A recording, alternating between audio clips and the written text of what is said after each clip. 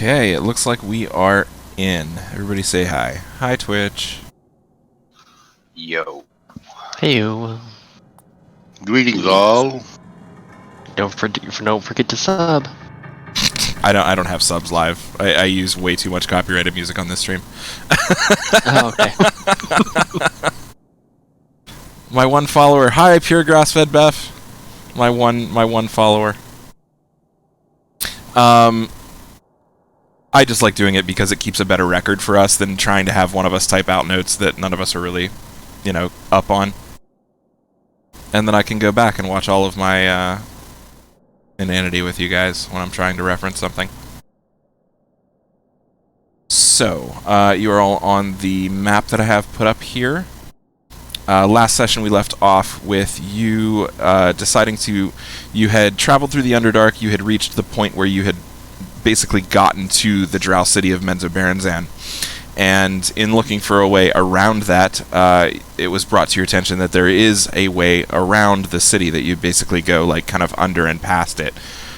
So you approached this passage, and you heard a soft feminine voice calling out to you, "Hello, is someone there? I need your help. I've been trapped in the dark for so very long." And, cautiously, with that kind of creeping you out a little bit, decided to enter the Lost Tomb of Caim, as it was still your best option for getting around Menzoberranzan without having to do something insane like pretend to be slaves and possibly get taken by slavers, etc. Walking in through the entrance, you'll notice I put some little pencil marks there. You came in through the entrance, which is where those two arrows are. You went down a set of stairs, and that set of stairs led you to the map. You see where I put that arrow there, so you came down the stairs to the room that you're all currently in. We have Topsy listening to a room to the east there, and then Eldith, Halavin, and Darendil were about ready to breach this door to the south. You guys had done perception checks of varying types and not heard anything moving within those rooms. Both doors were unlocked, although they are very thick, heavy doors with locks on them. They are not currently locked. And that is where we are. So I'm going to have... Actually, I am just going to take the initiative. See what I did there? Yep. And Eldith is up first. So if I remember correctly, yeah, you said we hadn't heard anything. So she will, she'll kind of edge the door open a little bit and try to peek in. Okay, so Eldith is kind of stepping between Halavin and Darendil, edging the door open. I'm not going to draw it out because it'll just get caught at the moment.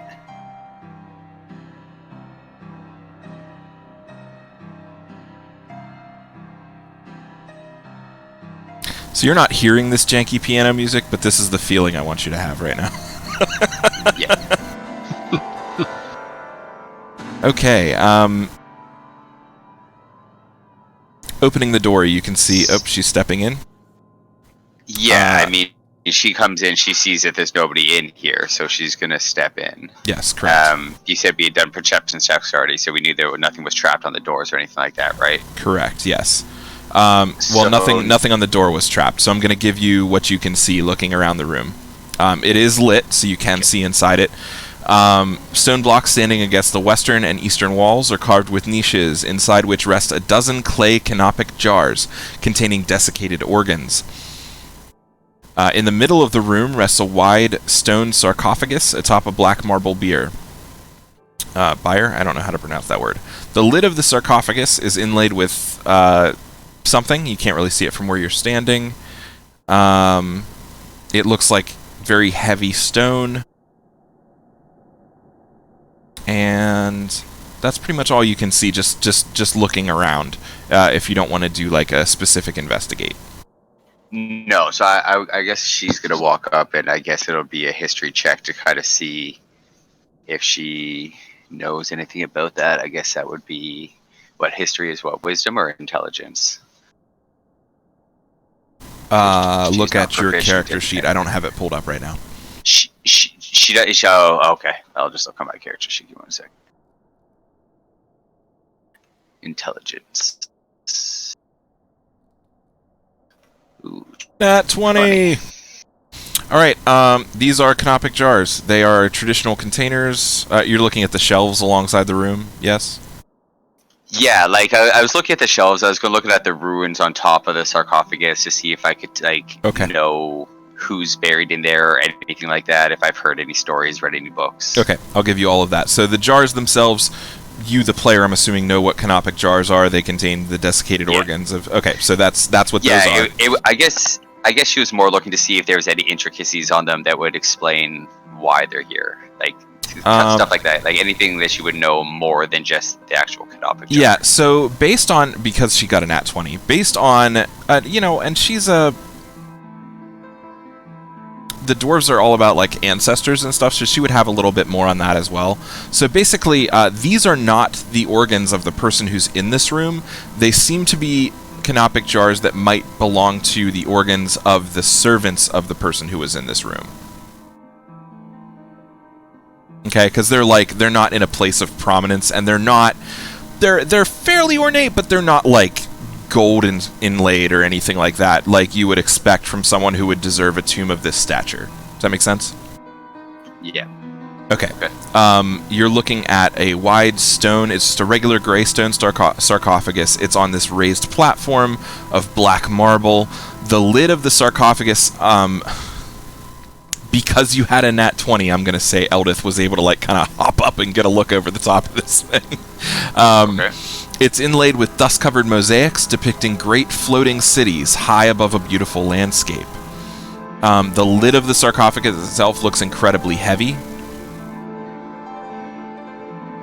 And that's about it that you could get with a history check. Okay. I'm going to come back this way over to here. Okay. And relay that information to these guys. And she's going to say, my people aren't really one for disturbing our ancestors. If you guys want to go into there, that's fine. But I think I'm going to leave the room because this is really not for me. Yeah, I don't think disturbing the dead is the right thing for us to do here. Let's just press on, she'll say. And that'll be her turn. Okay. Upon hearing that, let me see whose order this is. Halavan, what's your thought? Because you were standing by that room and you're first up of the players in the initiative order. So, questioning Eldeth, the room is clear. There's nothing in there. Yeah, so you heard everything that I described to her because she relayed that to you. Her contention at this point is we shouldn't disturb the dead. So are you okay with that, or do you want to go in there and do something with the sarcophagus? And this is the room that we heard that voice from? You don't know. You heard it coming from inside the temple. Okay. Or the tomb rather, Yeah. But you don't know. It was like in your head. It wasn't like a specific direction. Okay. Well, I don't reckon there's any reason we need to go in there and muck around with things. So, no, I'm fine with not doing it. Okay. Shadira, basically, do you have any dissent to this? Do you want to go in there specifically, or are you okay with not going in there right now? I'd like to go in there and actually have a look to see if there's any writing which the dwarf may not have been able to read, etc. I'll save you some time and tell you there isn't. Okay, then. The stuff carved into the thing was just a picture. It wasn't actually writing. Okay, then I've got no problems with it. And Okay. the only reason I can think to go in there would be to check for other doors or traps that maybe got missed, but I got no problem with not disturbing the sarcophagus, put it that way. Okay. Thidriel? Yeah, he's fine with that. He doesn't feel like he needs to disturb the dead. Yeah, he's okay with moving on. Okay, and you guys can always reverse this decision later. You do have another room that you haven't explored yet. Trey. I'm gonna say I'm fine with it for now. Okay. Shade. I might go in and check out the sarcophagus, but the dead must remain dead and undisturbed. Okay.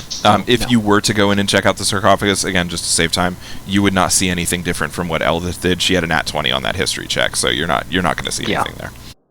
Yep, pretty much. You could, if you guys do change your minds, you could go in and do another investigate check, like a straight investigate check.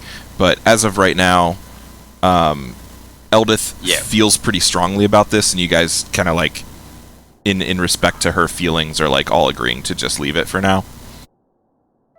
Is that Well, fair? I don't think Eldith cares if anybody else goes and does it. I just think that she Can't be party to it herself. Yeah, Okay. pretty much. All right. So that having been done, next up is Pepito. So he's got his movement, and obviously whatever actions. I'll probably head towards the middle of the room. And then, since we've already checked out this room, nothing much can be done. Okay. He's got 5 more feet if you want, but that's Sure he does. I'm down some over here then. And how many legs? okay. Jim Jar. Just taking 15 feet up to the next door. Yep, checking over it. Doesn't trust anybody else. Checking to see if there's any traps or anything like that on it. whether it's Oh, locked. okay. So roll. Do you have investigate or these tools or anything like yes, that? I do. And that's a door. Yep, it's a really good door. It looks like a door, man. I mean, it's definitely a door. It probably opens even. That is the Is it a dooriest locked door door? that ever door. Yes, in the shape of a door dog.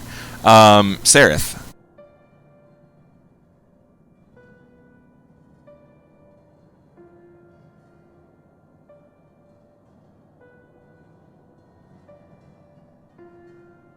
Zareth is just following along, watching. He doesn't like being in this place. Doesn't want to disturb anybody. Doesn't want to do anything. He's just going to follow along. Stay out of trouble. Now, he was one of our leaders in terms of, like, which way to go. He knows there's a way through here that he told the party Yeah, about. he does, but he but he doesn't hasn't, remember last he time. hasn't done this in a while. So he's like, yeah, we're in a room. I know it there's, like, you can get through here somehow. Like, he doesn't really know. But you said he's also kind of uneasy with being in this place? Yeah. He's not happy to be in here, and so, Okay. even though he's trying to remember the way through to get through as quickly as possible, he's not going to initiate anything unless he's certain. Okay. Why don't you roll either history or survival for me on Sarith? Whichever's higher is fine. Yeah. Which ones are they based off of? Well, it doesn't History matter. is int and survival is wisdom. Yeah, it doesn't matter though. Both exactly the same. No bonuses and 11 stat. Okay. Come to Whispers with me, please.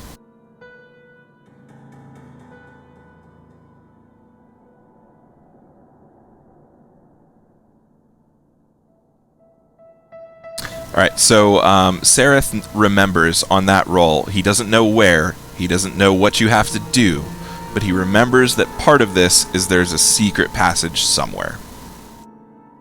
Okay? Okay. So do you remember whether it's a large or a small secret passage? He has no idea. Like, you only rolled a 7, so all he remembers is that there is a secret passage somewhere. Okay. You would have needed a Thank DC you. 10 or a DC 15 or something to get more information than that, but that's all I have for that's you. fine. So, we'll back to general. Yep. All right. So Sarith got the results of his check. This is why I wanted to do this, because I can pop off to a different channel with you guys, and then, like, that was so much easier than me trying to type crap. Sarah passes that on to Shadara. Shadara goes, okay.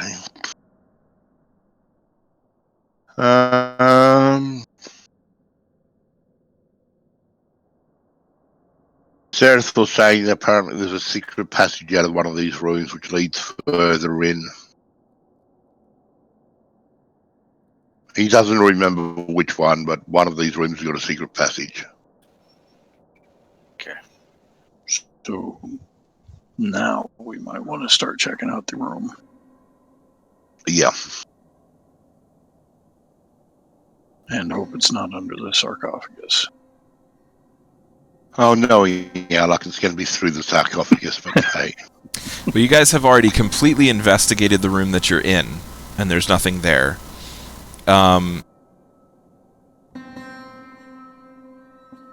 of right now, it's up to you. You have a room that you have done a bunch of checks on. You haven't actually done an investigate on that room yet.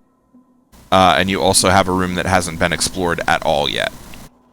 Yeah, like if he's going to say that, then we might as well go into the room that we know is clear and do an investigation check to see if the secret entrance is in there. It would be stupid Agreed. not to.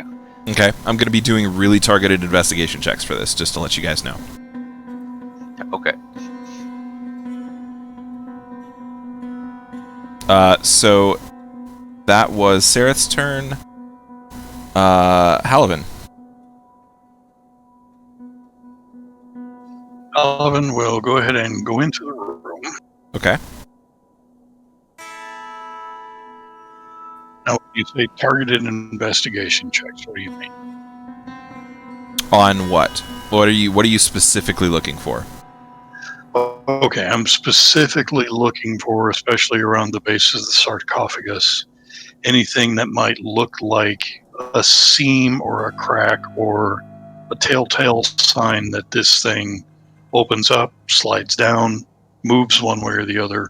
Okay. That Roll kind of investigation stuff. in the tower, please. Which is not going to work out very well because he's got no bonuses, but hey. Not a D20, grab your investigation. I'm learning it slow.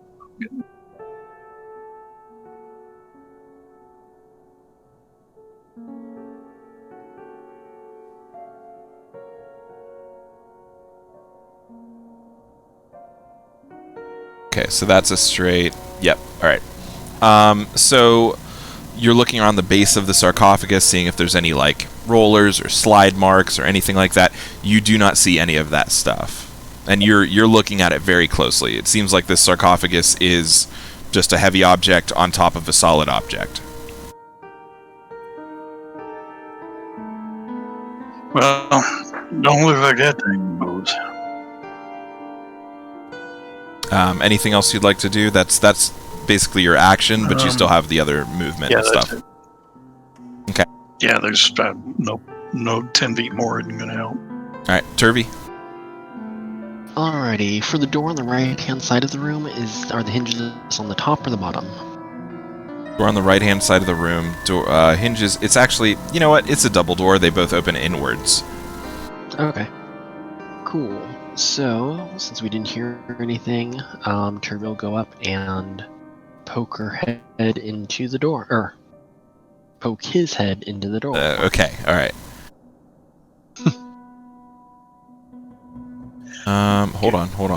I'm looking. We got to work on our communication. Wouldn't Turvy be the one doing the looking? And I just thought Okay. we were going to knock out this room and then open the next door. Okay. So inside you can see a room, and honestly you can't see all of this, but I'm just gonna unlock it because there's no reason to keep it from you guys. The room is lit again with this kind of like just weird like illumination. Like it's lit up. You can't see any specific light source, but it's just lit because I don't feel like dealing with darkness right now. So it's GM illumination. There are 4 sarcophagi, one in each corner, and these are smaller and less ornate than the large one in the room to the south. Alrighty. So Turvy will step back so that way the doorway's clear and just let everyone know, hey, it looks like we have another room in here. You know, no enemies found. Okay. Topsy.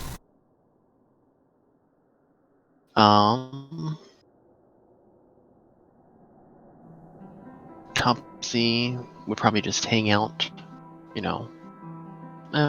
We'll have her go over with her brother. Okay. And just kind of wait and see what people are able to find. Okay. Shushar, he's back in the first room there. Oh, he's got some movement. Yeah, I've already. You know what? Yep, I already got it. So Screw that's it. just 30 feet. He's good. So he's gonna come in here, and this is kind of the first that he's seen of everything. He's not really gonna do much. He's just gonna kind of come and try to smell the air and see if it smells cleaner in one direction or another. That's just a joke. No, he's just you know gonna what? come He and actually try to- probably could. With him being from the Dark Lake, and very used to these underground types of places, if you want to have him do a perception check, I would allow that and see if he can maybe smell some air currents or something. Sure. Not saying it's going to work out for you. I'm just saying I'll allow that. Yeah. So it smells like a musty tomb. He can't really tell much from that. It was a very high DC. I was willing to allow the possibility, but like I was just making a dumb Gandalf reference. Mm-hmm. Yeah, I got it. Yeah, but that's his turn. He's just gonna kind of, walk in his meditative state. And he made it to the rest of you, which is nice. You're not spread out anymore. Shadira.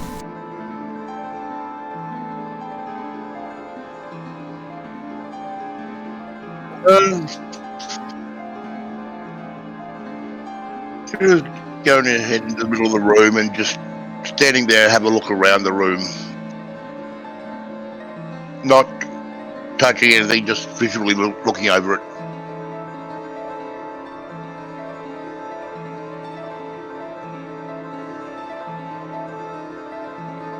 Not you hear touching me? anything, just looking around, you said? Yep, Okay. just checking over it. See anything. The lid of each sarcophagus bears the sculpted image of a robed human figure in repose.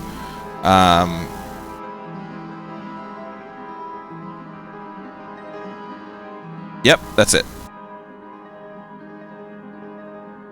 You want a perception check or not? Nope, you can just see that. I mean, it's right on the lid. You're looking around the room. It basically, like, you know what I'm talking about? Like, the lid of each sarcophagus is just carved with, like, a relief image of, like, who the person was in life, Yep, but, like, yep, as they were yep. sleeping, right?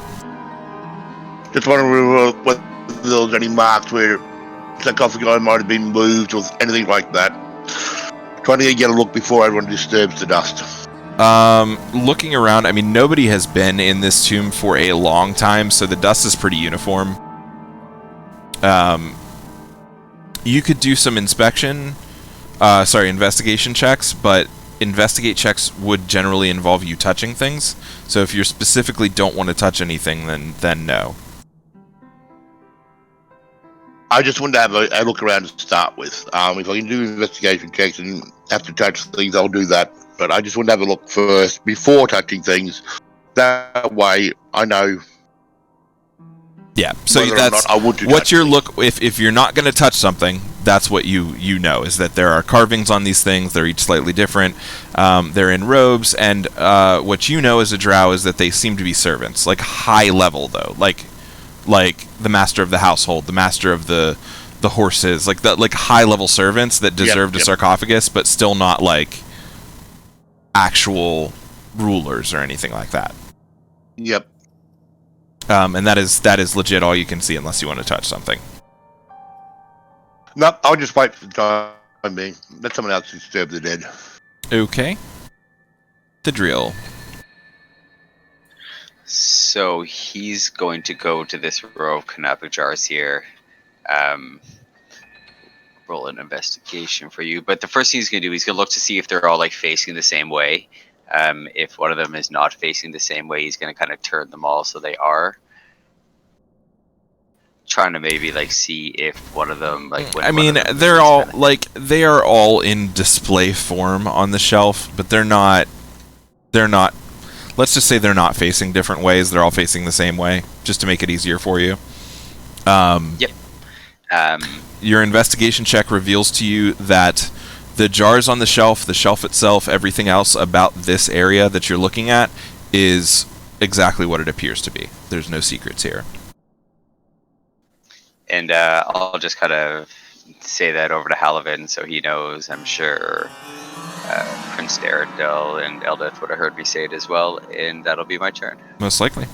Ront.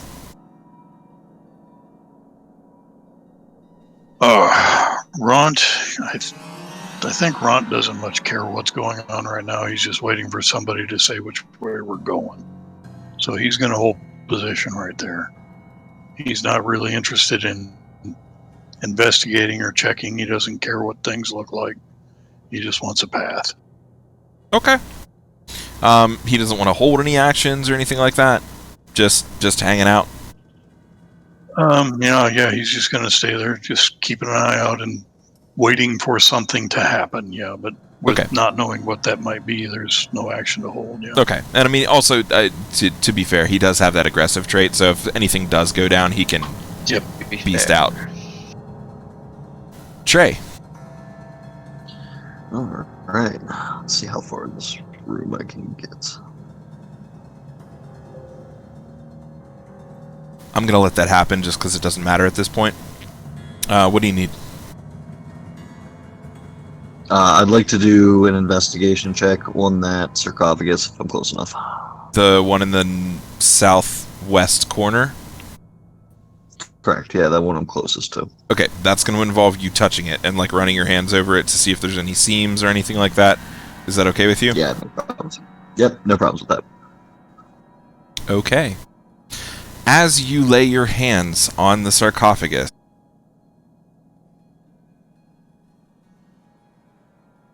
those words you never want to hear from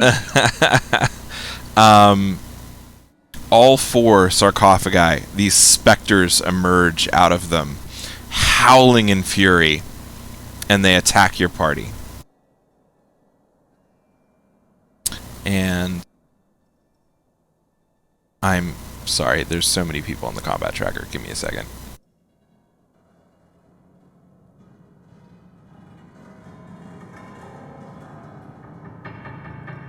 Oh, if you're trying to get to the top, just use the refresh button on the right side. No. You have to individually mark them visible on the combat tracker, not with the tokens. Like there's no easy way to do that. On the top left, there's an I button. If you click that, they'll all go visible. I completely forgot about that. Good call. So because they get this is a surprise round for them basically. So Spectre 9 is going to immediately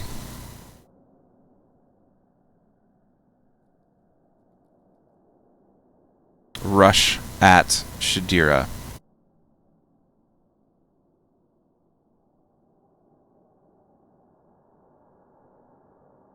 Over to there.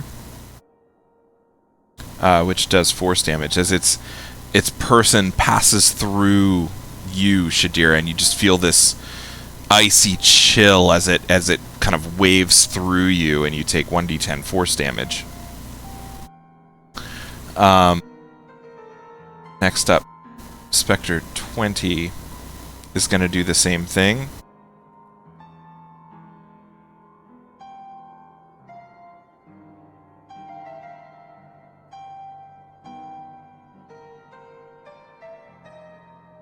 Spectre 32 is going to scream at Trey.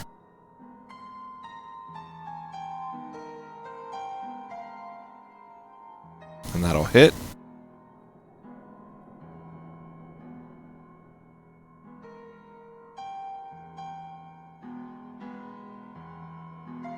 Oof. Alright, and Trey, you are then, after it screams at you, it cripples you, right? Like, you can feel your flesh, like, your ears are bleeding, and you can feel this, cold just seep into your bones from the damage you take. And then you're going to make a Constitution saving throw, which I'm going to do for you. And you succeed on that. and the cold kind of lifts as you take a few deep breaths. All right. Spectre 30 is going to move up here and attempt to scream in Shadira's direction. And that's going to miss. Shade, it is your turn. Alrighty, our And that specters, ends their surprise, considered- so we're back into initiative order. Alright, are they considered undead? They are undead. Alrighty, so at this point, what I would do is I would stand up towards the front right up here. Okay, And you're now in I'm- melee range with 32, just so you know. Yep. I will cast, Turn Undead. Okay.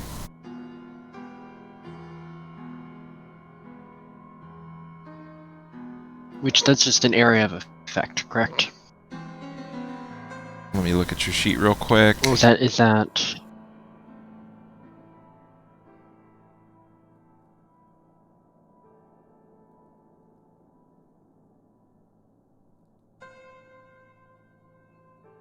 When you click on the shield, Each undead that can see Each or hear undead- you what does it within say? 30 feet must make a wisdom saving throw. Alright, So target. they are 1, 2. Yep, they're all within 30 feet of you if you target them. Cool. Roll that save, and then do the effect.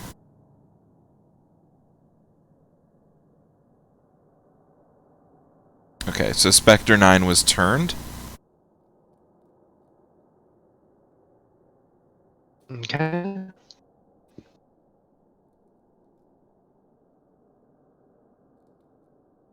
Which means basically it has to run away with you, or away from you. It can't attack until it is attacked by something else. Yep. Or for 1 minute, whichever happens first. Yep. And you can apply that turn effect if it didn't already apply. No, it applies. Oh, it did apply. automatically. It did apply. Okay, Yeah. yeah, so don't worry about it. So you successfully turned 1 out of the 4. Bummer. Oh well. I tried. Spectre 30. No, it already had its turn. Darendel. I'm just going to keep the initiative, but I'm going to kind of roll through it a little bit. So, Darendel is up. And he is down in the South Passage. Right. And presumably we can hear all of this anyway, right? Well, you've heard the screeches. They didn't affect you the same way that they did the Right. people that were in the immediate vicinity, but you definitely Sure. heard like these ethereal like screeches from Right. these things. Yeah. And you saw Shade and Trey run into there. So he knows that there's a reason to probably go do something. So Yeah, he wasn't really paying attention, but he heard the screeches and he's like, "Oh, I'm gonna go hit stuff."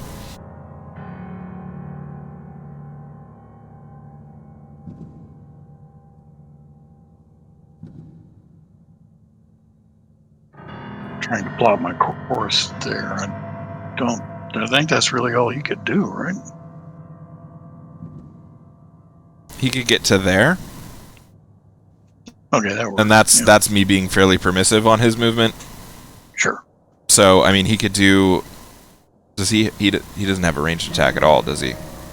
No, he doesn't. Yeah. So he's And thoughts and prayers. call by the specters is probably going to be a really bad idea, but let's find out. He's got thoughts and prayers going on. Presents another target anyway. Stool. He would have been on Trey's arm still. Yeah, he would have been. He was the last. I think he was like half in the Okay. top of my backpack. He's on your arm. And he'll just stay there. He's not gonna do anything. He would doesn't just have move, to. I'm like, just saying on he top of can. his backpack. Yeah. Okay, He so would just that's try to I'm gonna. stay I don't far want away to from overlap him with you, but there he is, right next to you. Because I forgot to do that before. Works. Eldith. So she'll. That's would've 20. been- She's got another see, 10. They turned that way. Yeah, she can't really get in there because Shade's blocking the way. But she can use her longbow. I'm assuming -2. -2 on Spectre 32. It would be a -5 on Spectre 20 or any of the other ones, really. Okay. That hits.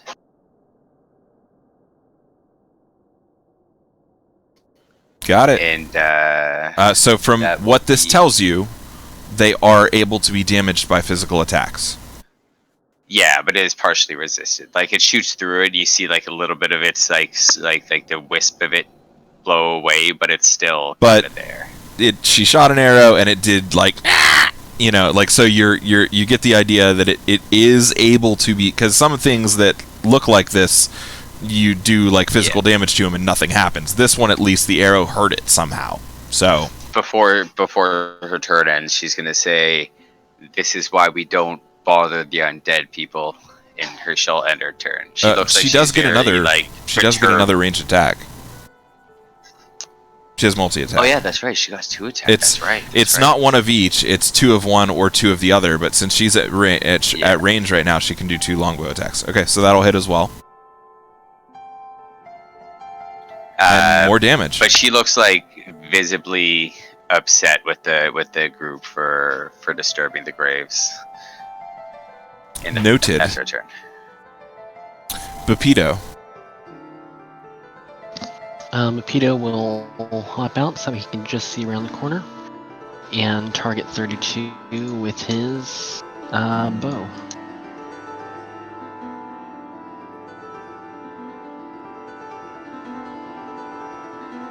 Okay, that's going to be at a -2. Cool. It's going to miss. Alright, and then he'll take a step back. Okay. Is that all for him? Yep, that'll be it. Alright, Spectre 9. It is going to attempt to screech at Shadira. Wouldn't they run? Yeah. Oh, no, this I is have the to run turned that one. I'm sorry. Scared. This one has to run from Shade. It runs as far as it can, which is right there, and that ends its turn. Jim Jar. Wouldn't Thank you for Shadir get reminding me. a opportunity attack as well then?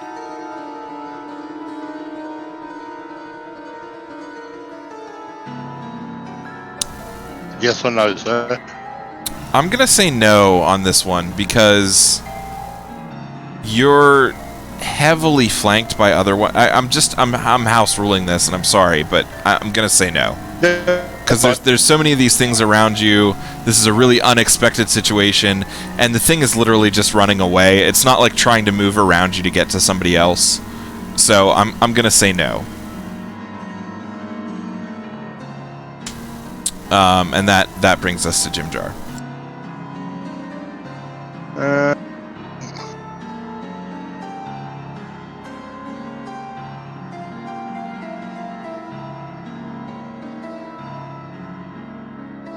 Thinking what Jim Jar's going to do. Would he get sneak attack if he attacked or not? He would get sneak attack on 20. And you know what? I'm going to allow it on 32 as well. Okay.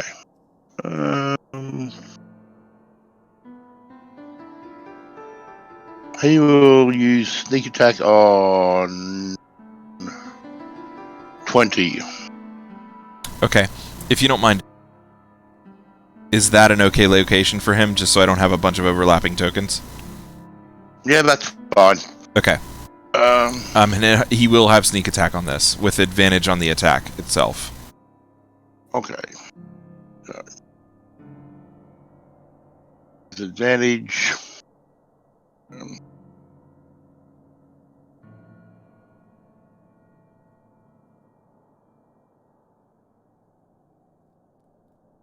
Okay, that's a hit. How do I get... So then you apply the effect of sneak attack, and then you roll the damage. Yeah, it's just not allowing me to apply... Yeah, it's different on a character, on an NPC sheet. Try it now. Just roll the damage on the war pick. Damage on the wall pick will be huge amount, I hope. 1. Yeah, and it didn't roll the 2d6. It did not. Yeah, we had this problem last time, right? We did, yeah. Alright, so roll 2d6 then.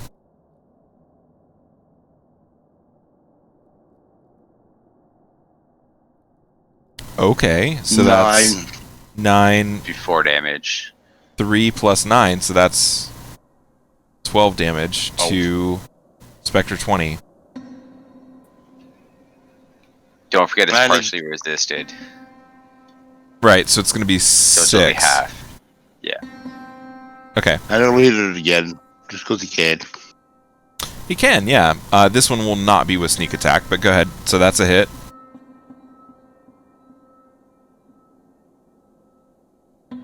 And, okay. So he's now heavily damaged. I mean, this Spectre is like... Little wisps of it seem to be like kind of coming off at the edges. It seems much less coherent of a being as it was before. Does that end your turn for Jimjar? Yes, it does. Okay. Sorry. Spectre 20.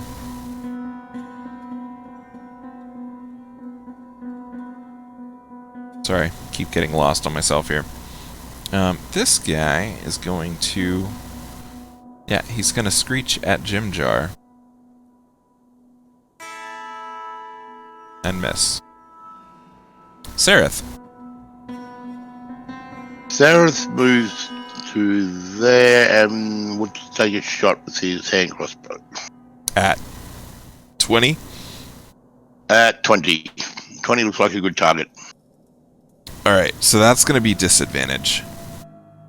Because there's 3 people in between you two. Okay. So I can't handle that with like a -2 or even a -5. Still a hit though. Okay.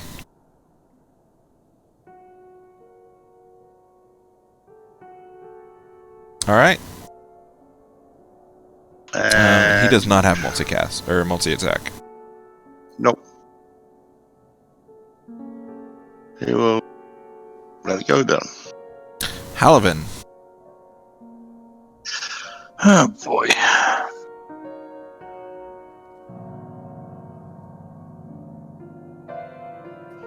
I'm torn. I'm torn about actually even doing anything. We're so far away. I was gonna say, We're if just you gonna look, be if at the you were back to, of a clogged tunnel. if he were to ask Thidriel, who's in the room with them, he That's would exactly say, what I was thinking about doing. As well, Thid, what do you think? "Yeah, dude, there's so many of them in there. I say we just keep looking. They didn't listen to us anyway." Yeah. All right. Yeah, let's just keep examining this room. I'll back up just enough that I can see into that room and see if anything comes. I'll just go kind of keep a watch from here and see if they start getting pushed back into the room. Okay, so you're just moving up and keeping an eye towards that doorway? Yeah, the full 30 or whatever, yeah. Okay. The full 30? So right yeah, there. make his bold move, yeah. So Okay, I can make cool. sure he sees everything. Yeah. Do you want to hold an action, or you're just kind of hanging out? Hang out. I don't see any reason to hold an action. Okay. Is that end your turn? Yep. Turvy. Alrighty, Turbo would step up Alright. and use her crossbow, or use his -2. crossbow to shoot the Spectre. That'll hit. Man, you guys are accurate tonight. Just All right. not doing any damage. Dealing 1 Yeah, pretty damage much. to that Spectre. However... Oh. There you go. Automatic miss. That's a 1. Yep. So, who's in the line? Turvy? That's Shade. Yep. Roll damage.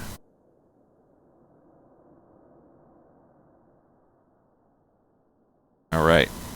Shade, you take 4 damage. Alright. And then he'll step back, giving out a shout of sorry. So Turvy, pulls up the hand crossbow, makes the first shot, goes to shoot it a second time.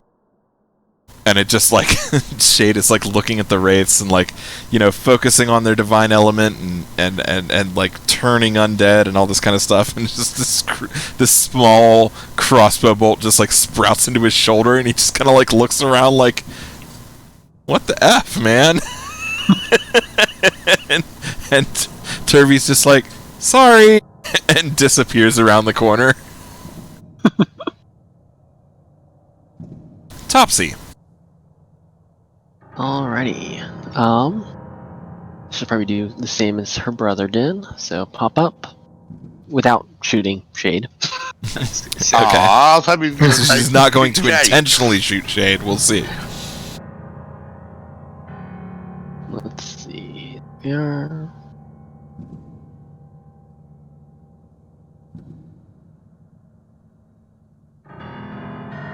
That'll hit. Thank you guys for keeping track of modifiers. Okay, damage. Got another attack. Already did it. Was a miss, was a hit. Oh, my bad. Topsy's done. I mean, sure, I'll She's take jumping one. back. Yep. Shushar, big damager here.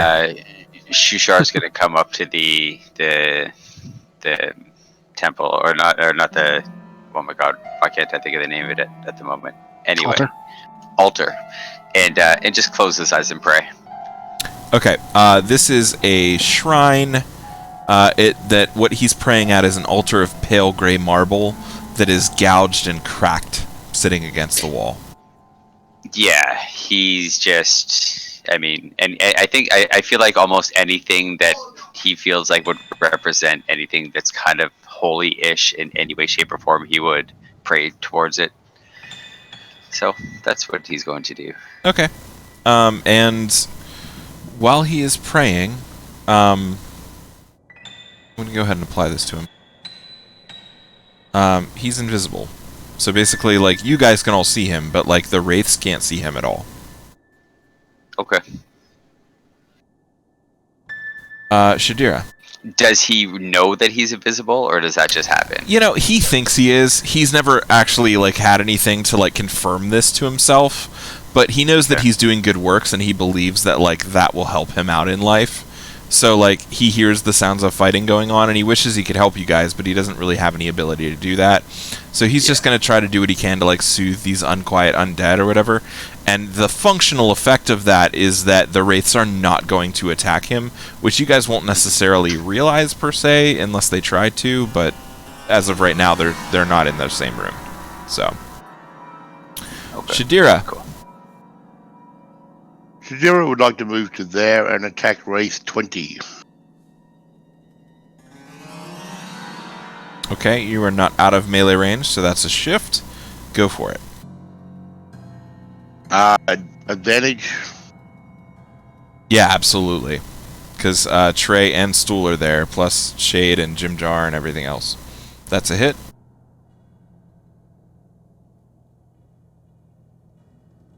Okay, and you get your bonus action for the second hit? Well, I need to reroll that 2 for damage. You Great can weapon. reroll a 2? Yep. Great is weapon that from- fighting. Reroll 1s and 2s for damage.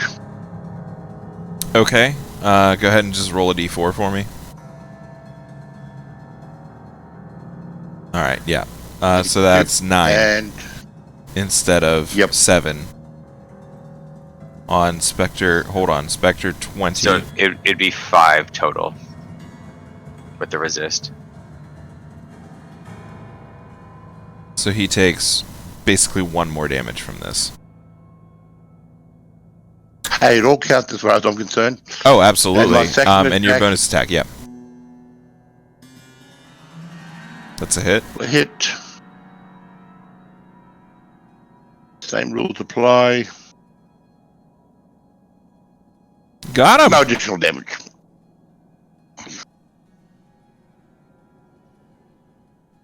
And as Spectre 20, as you slash your first thing through it, and it kind of like parts in the middle, and then you slash your second blade through it, and those pieces that were just like, it was two pieces and they were starting to like kind of like form back together, and you slash your second blade through it and it just like disperses in this poof of like colored gas basically. And Shadira 20 would then is like gone. to move to there, and using action surge would like to dice and slice back to 32. Okay.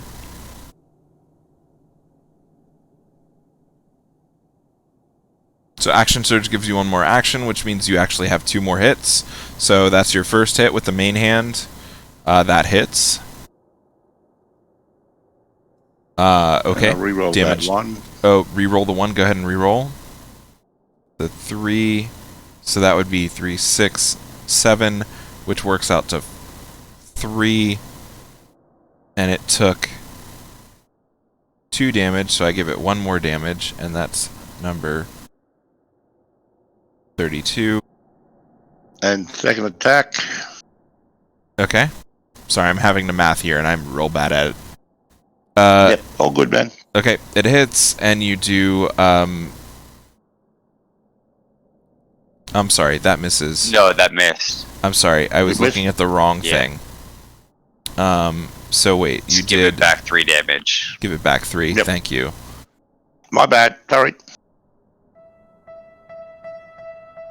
So it's at 13. Yep, that's right. Okay. So Shadira, that was it. You did hit it, and then you missed it, but you did take 1 down. So there's that. So now the rest of you, blood in the water. They can be killed. Anything else for you, Shadira? No, that's it for me. Thidriel. So Thidriel's gonna yell to Halavan, should I keep looking in here? Do they look like they need help? Everything looks okay out here. Okay. And then for you, DM, when he checked this sarcophagus, did he just look at the one side of it, or did he look all around it? He looked at the base of it, like where the sarcophagus met the dais, met the floor, and determined that it was legit, like an object resting on another object that was built into the ground. He didn't look at the top of it, per se. Like, he never tried to open it. Right. Okay. Well, I'm not going to try to open it by myself, so I'm going to come over here and I'm going to investigate this side. Okay, same thing as before. Yeah. Regardless of your investigation roll. Canopic jars look like they belong to servants. With what you're hearing in that other room, maybe those servants. Okay. But yeah, there's nothing new here. There's nothing hidden here. You can easily tell that this is not a trigger or trap of any kind. Okay. Then that's his turn. Ront.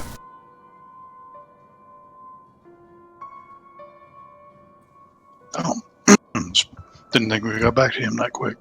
All right, so can he see any of them, thus to charge them? And well, even if he could he get through the crowd in the hallway? As a bonus action, the orc can move up to its speed towards a hostile creature it can see. So if you target 32, you will be able to see what the distance is there.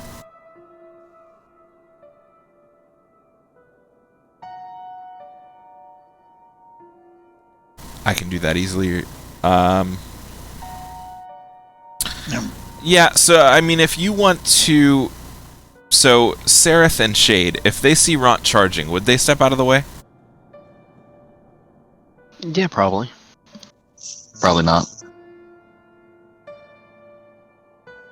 Trey, How you about are if not the charge Sereth was or accompanied Shade. by a bellow? So Sereth is Dom. Would Sereth step out of the way if you hear, like, the orc charging? Yeah, he's not gonna get in right of the orc. And Shade, if you hear this coming, would you, like, kind of lean back and, like, let him past? Oh, yeah. Okay.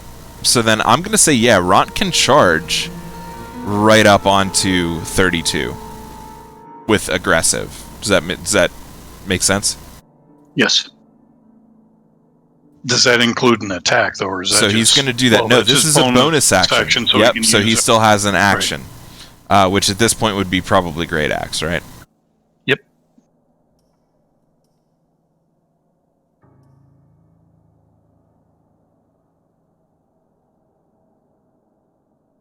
Whiff. Did that not go in the You did not target. No, he was targeted. Why I didn't it dropped work? it on him. It dropped on Yeah, the no, it combat worked, it tracker, worked. not in- Okay, so- Okay, all right. Oh, you did damage. You didn't do attack. I picked up a D20 and dropped it on the... Now you need to in the character Sector sheet. 32. Well, okay, so it doesn't matter. You know what? He hit. Excuse me, I don't I care. picked up I don't care. picked up He the hit. great axe. Yeah, I grabbed the dragged the great axe attack. All right, so Ron onto the Spectre screams 32. out a bellow, charges forward, swinging the axe just above his head and above his head and above his head in circles, and then brings it crushing down on the skull of this this wraith, specter, whatever, Oh, I see what I did. All right, yep. and does 3 damage.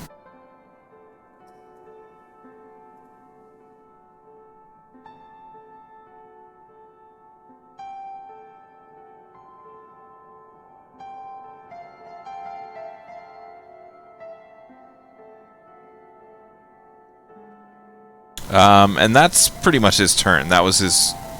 Well, he has movement, yeah. but if he moves anywhere, he's going to be basically... Unless Yeah. he wants to try to slide around, but it's not really going to work for him. Thinking, no, you'll stay there. I am clicking the dragon and it's not moving. You see it turn Yeah. complete is popping up, but it's not completing. No, you won't be able to do that for the NPCs. Oh, okay. So do you want him to move anywhere, or are you good there?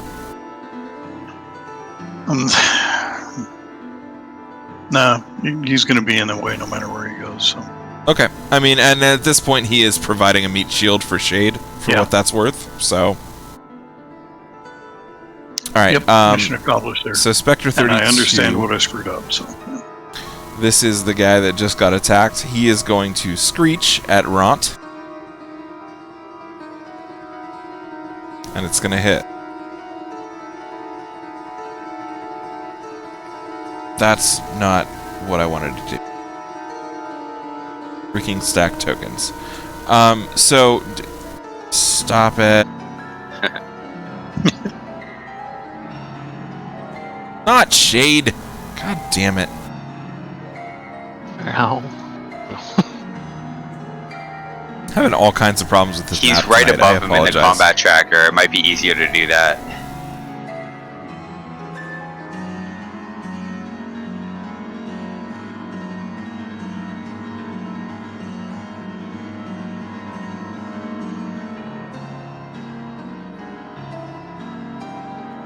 Okay, so Ront takes some damage, and then Ront makes, as he feels the cold start to creep into his bone, makes a Constitution saving throw, and succeeds, and the cold fades. Trey. Alright. Can I move up to there without provoking an attack of opportunity? Yes, you are still within melee range of 32.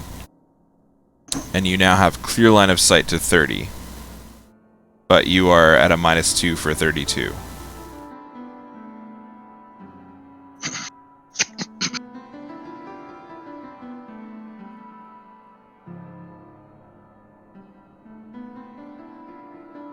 Okay, that'll hit.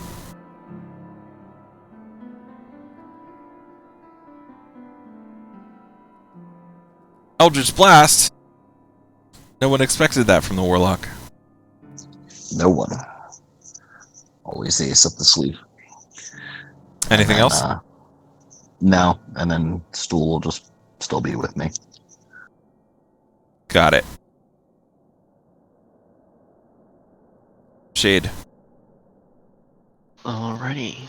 And I do think that I gained 2 HP from the whole die but not die thing, because I was at 3 wounded.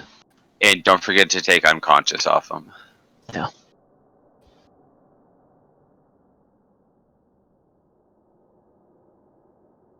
I don't care. Go, Shade. All right, cool. So 32. I did am math. able If to my swing math at was wrong, just let it happen, man. Just let it happen. All right, cool. Am I able to swing at 32, or is Ront totally in my way? Are you Or doing if a I step melee off the attack? Yep, melee. Melee is going to be at -5. Ranged is going to be at -2 for this, because Ront is much bigger than you. But I'm going to say most of your, if you're doing a spell attack, it's only going to be -2. Does that make sense?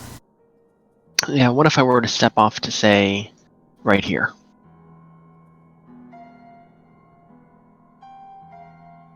Then give me better- you would have no disadvantage whatsoever.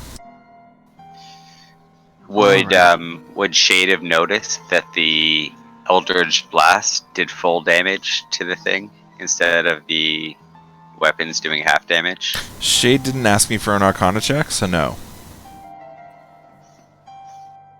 Or a perception check. I'm just saying. Shade didn't actually ask. Yeah. I know. And since I didn't notice it, she probably didn't notice it then. Sadly. That's kind of what I'm saying. I mean, but if you're gonna Yeah. do a magic attack anyways, it doesn't matter. You'll notice it then, right? So Trey, you would have Yeah. noticed that your attack seemed to hit for the exactly what you thought it would. Is that fair? Yeah, no, I did notice that. Okay, so then Trey could have shouted out to everybody, "Hey, magic works." Yeah. We'll I was just saying Yes. because you But he didn't. told us about the attacks before. Yeah, no, I was just saying. All right, we'll do a Toll the Dead. Just Okay. that gets a D12.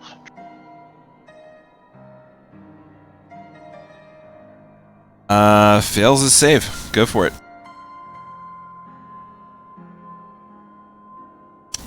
Okay. Resisted Oh, 0 damage. the necrotic Resisted. type. Yeah.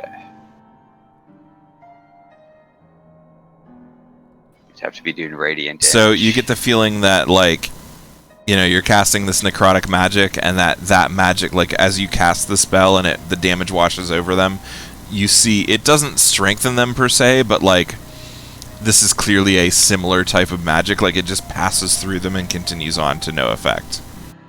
All right. Spectre 30 is going to try to escape, basically. It's rushing out here, and it is going to do incorporeal movement damage to all of you.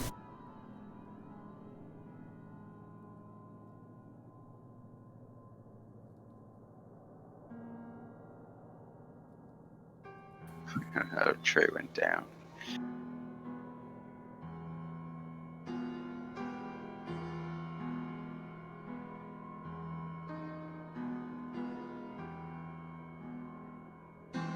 Okay.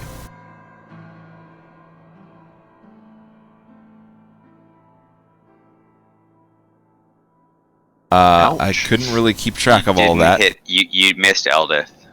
Eldith didn't get hit. It was taking the lower row here. Oh, okay. So it was Trey, Stool, Shade, Darendil, and Sereth that got hit by it. Let me just move them down here so that makes more sense. How about that? Yeah.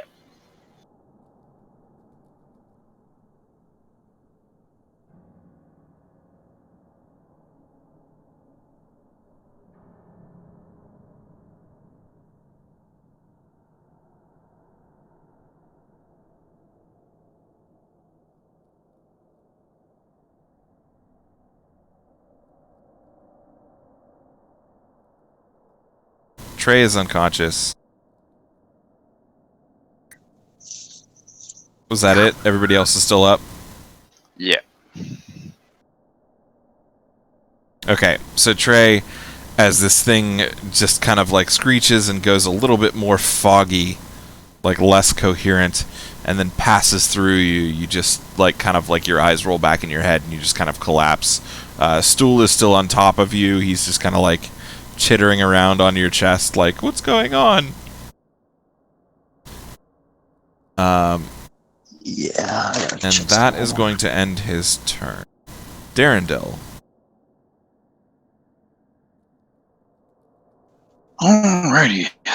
The Elven Prince will move to engage the specter that just blew past him.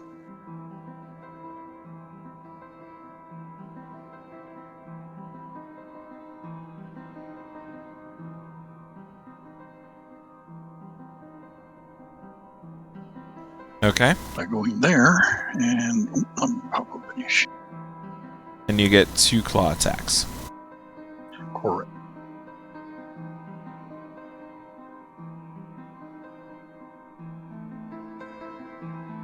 First one is a miss. Passed right through him and just whoosh.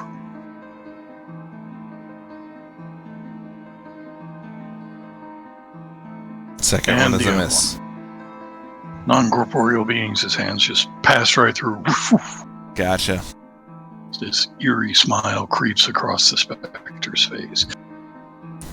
Stool.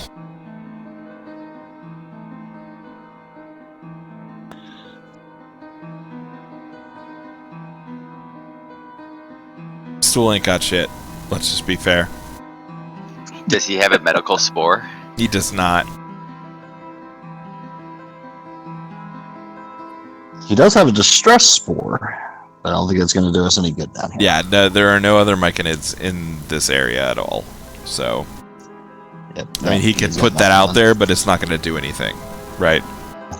It actually reads like it's automatic whenever he takes damage. So. Yeah. So, like, you see, like, Stool just, like, explodes this giant pattern of spores that infiltrates both rooms, like the main room and this side room where the wraiths are.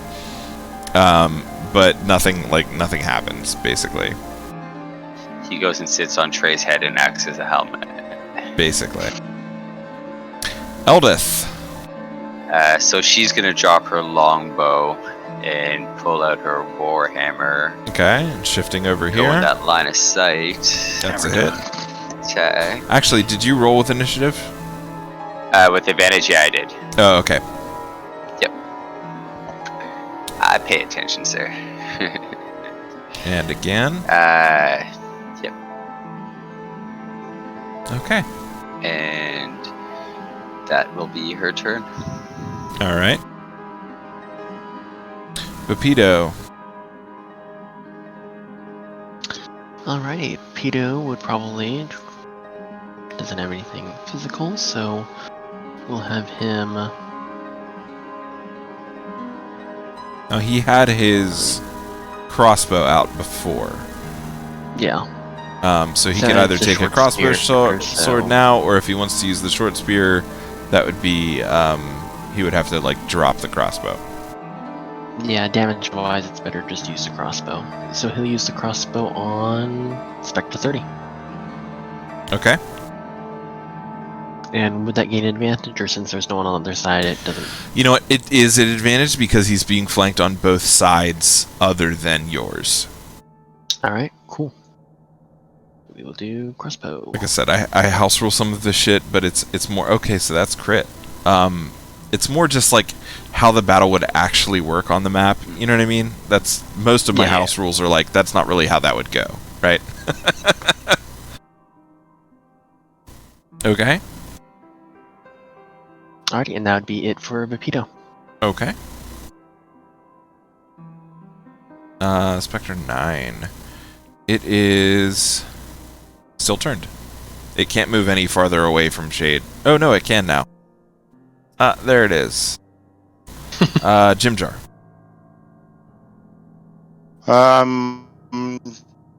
Does Jim Jar get advantage? Where is he? Hold on. Yeah, he does. He's in between Shadara and Trey and Ront and.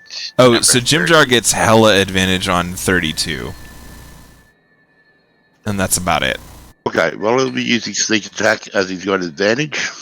Okay.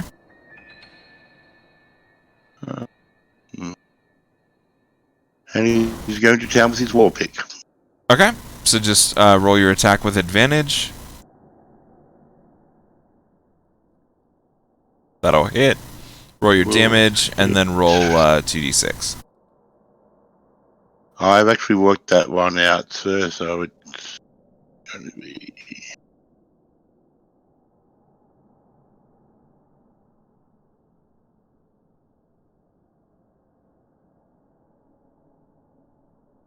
Oh, fine.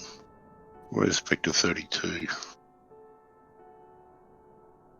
You know, you should do. Dom. You should just make a second copy of the character and just add it, like type another line into the NPC coding that says the plus 2d6 damage on top of it. So you don't even have to add anything. You just have 2 lines, one for the sneak attack and one for without it. Yeah. He's got it there. So if you can just hotbar 1d8 plus 2d6 plus 2, because that's something that's you what can I've do. done. Yeah, so that's fine. It just wasn't letting me drop it onto the opponent, that's all. Oh. Okay, so I can do that.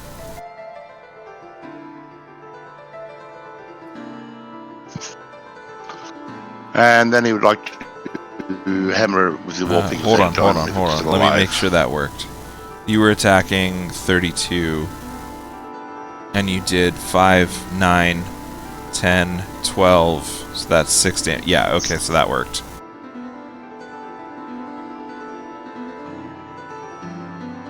Second attack, he will hit. That hits. And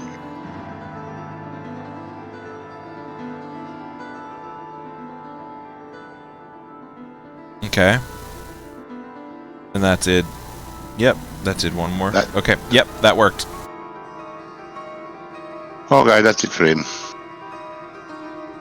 Sereth. Sareth, well, as there's something sitting right next to me, I think Sareth will take a couple of swings at that. Alright.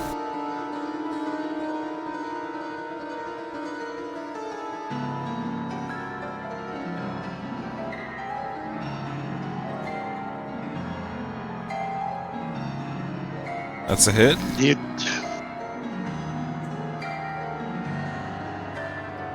Got him. And that's good, because Sereth actually does not have multi-attack. So he whips out this elven short sword and just slashes it down through the spectre that managed to escape the room that you guys all started in. And the thing just kind of like disperses throughout the room.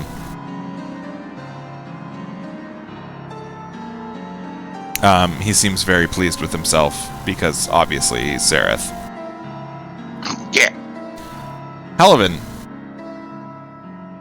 you saw the thing come out, you saw them cut it down. Nothing to do, yeah. You now see nothing else in the room that you're looking at.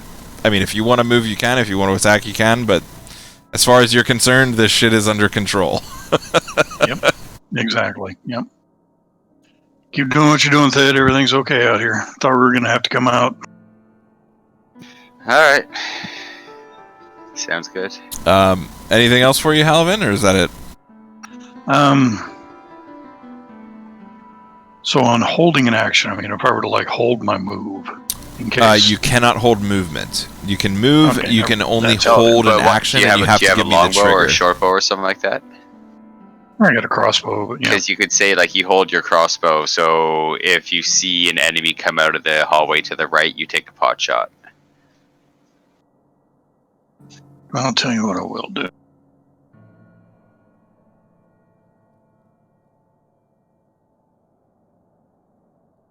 Move-ish to there. Thinking if anything else comes charging out of that room, it's going to have to enter my zone of control and I can get it stopped. More or less, yeah. If you move to here, that would be better. Yeah. In terms of your zone of control.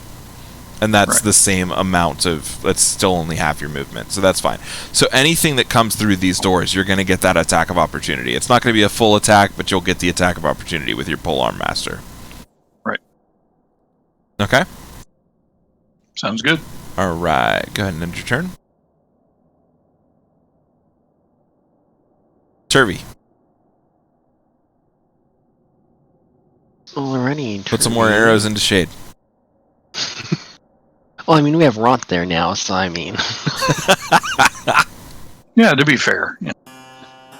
I mean, everyone... Now we understand there, right? why. Now we understand why Shade moved out of the way. Okay. Yeah. Alrighty. So we'll have Turvy bounce up and do a shot at Spectre 32. Okay. That's at a And we had -2. -2? Yep. Cool.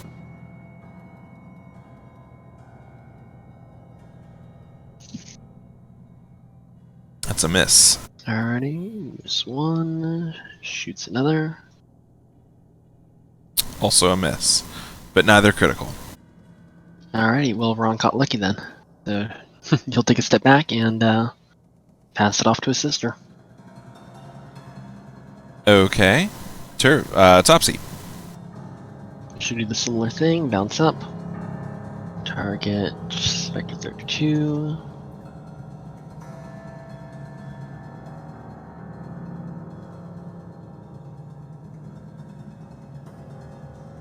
That'll hit.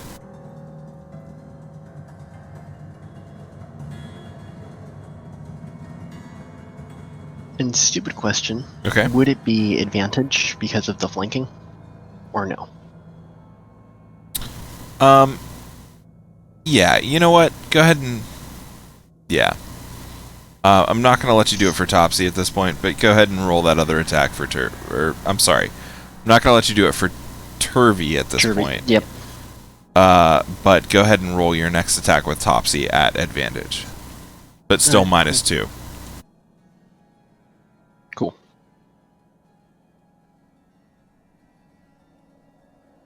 Okay, so that'll hit.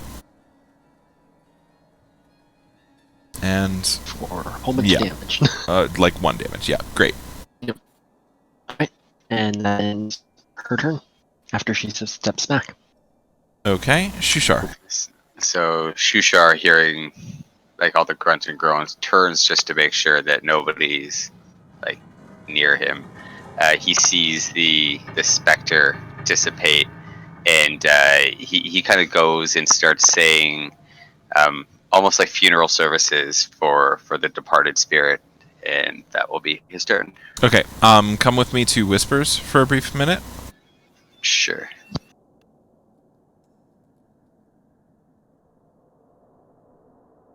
So, Shushar is a pacifist, but things that are already dead don't necessarily apply to that category if you would like to have him fight. It's up to you. I'm not forcing you. I'm just saying. I don't want him to fight. I actually really think that he wouldn't. I don't feel like he would be fighting until like he feels like he's in danger, or the party is in like grave danger. Do you know what I mean? If everybody's holding his own, It is absolutely 100% your character. I'm just saying, dead things are already dead, so making them more dead is not necessarily a violation of pacifist agreement type thing, right? Yeah. Okay. Yep. Okay. So back to general. No worries. All right. So what is Shushar doing? He looked around. He saw the thing, and then what? He's still gonna do the same thing. He's still going to kind of just give the funeral services and end his turn. Okay. So he's gonna remain invisible since he's continuing that invocation on his part. Yep. Shadira, you are basically surrounded by assholes at this point. Okay. Well, I wish to dice and slice this spectre in front of me. Okay. Because you have seen firsthand how fast these things can fly, so you're like about it, right? Yep.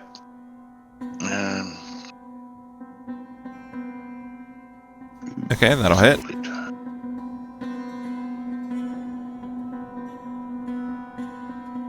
Okay, damage done. Bonus attack.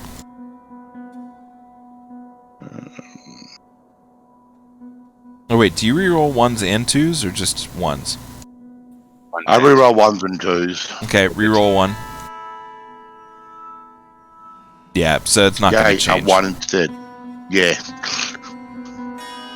So second attack. I will Okay, hit. that'll hit.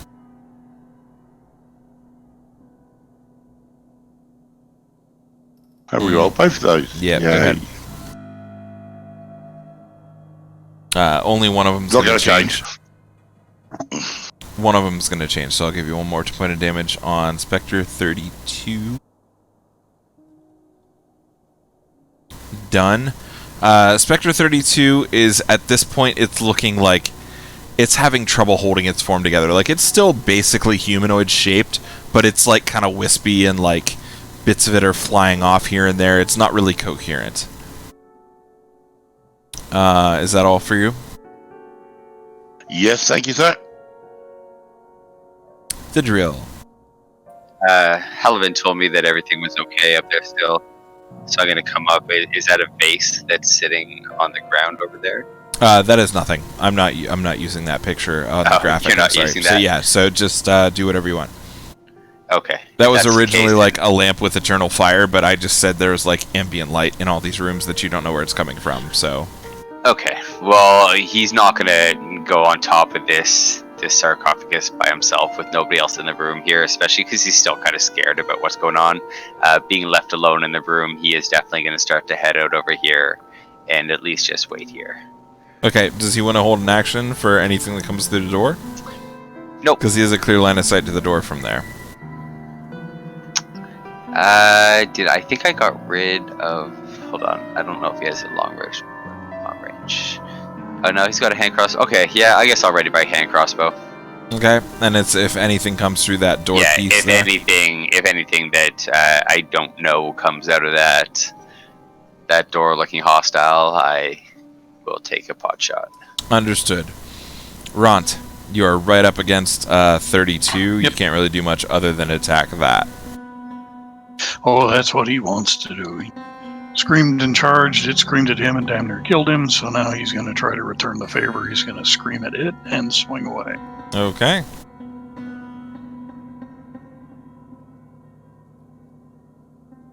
That'll hit. That's a hit.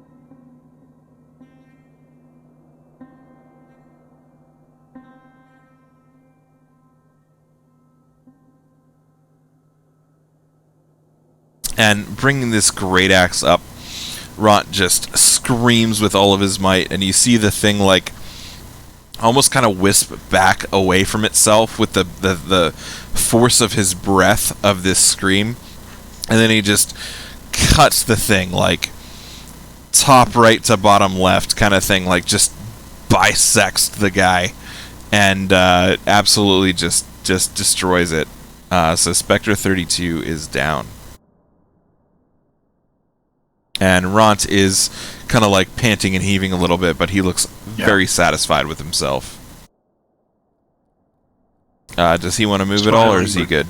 Smiling but clearly hurt. He would... Because technically he could probably get to that other Spectre with his aggressive stat, but he wouldn't be able to attack. But yeah, he's in pretty bad shape. He took like 10. He's got not much left. Okay. So he's just gonna be done? Oh, He's he's going to moving move up. in near it, but Okay. kind of a holding position here Okay. Is that it for him? for Ronnie. Alright. Trey. Oh, you just failed your death save. Two of them? Jade. Just one. Alrighty, well, since I'm right next to Trey, we'll go ahead and get him healed up. Okay. That's You doing a Spare the Dying, or are you doing a healing spell? So we'll use a healing spell, just because Sector 9 will most likely be broken out soon. Okay. We'll do Cure Wounds.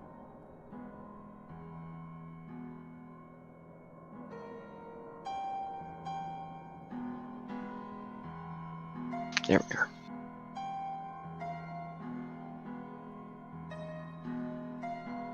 Okay. You managed to heal him for 10. Alrighty. And then... Trey, you are no longer unconscious. You are awake. It'll take you half your movement to stand up from prone. Understood. Yeah, I've already used my action, so... Movement, am I able to get to... say, like, right around here-ish? Yes. Cool. Alrighty, and that will complete my actions. Okay. Darendil.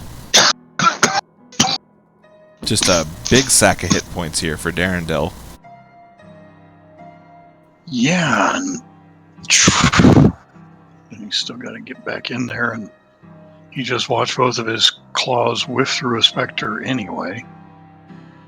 He's a little bit upset. I'm gonna say, as he gets more mad, because he like could Get not stronger? hit the thing. Yeah, so I'm gonna say go ahead and take a D4 inspiration on your next attack roll specifically, not ability check. I'm just on your next attack roll, take an extra D4 Okay.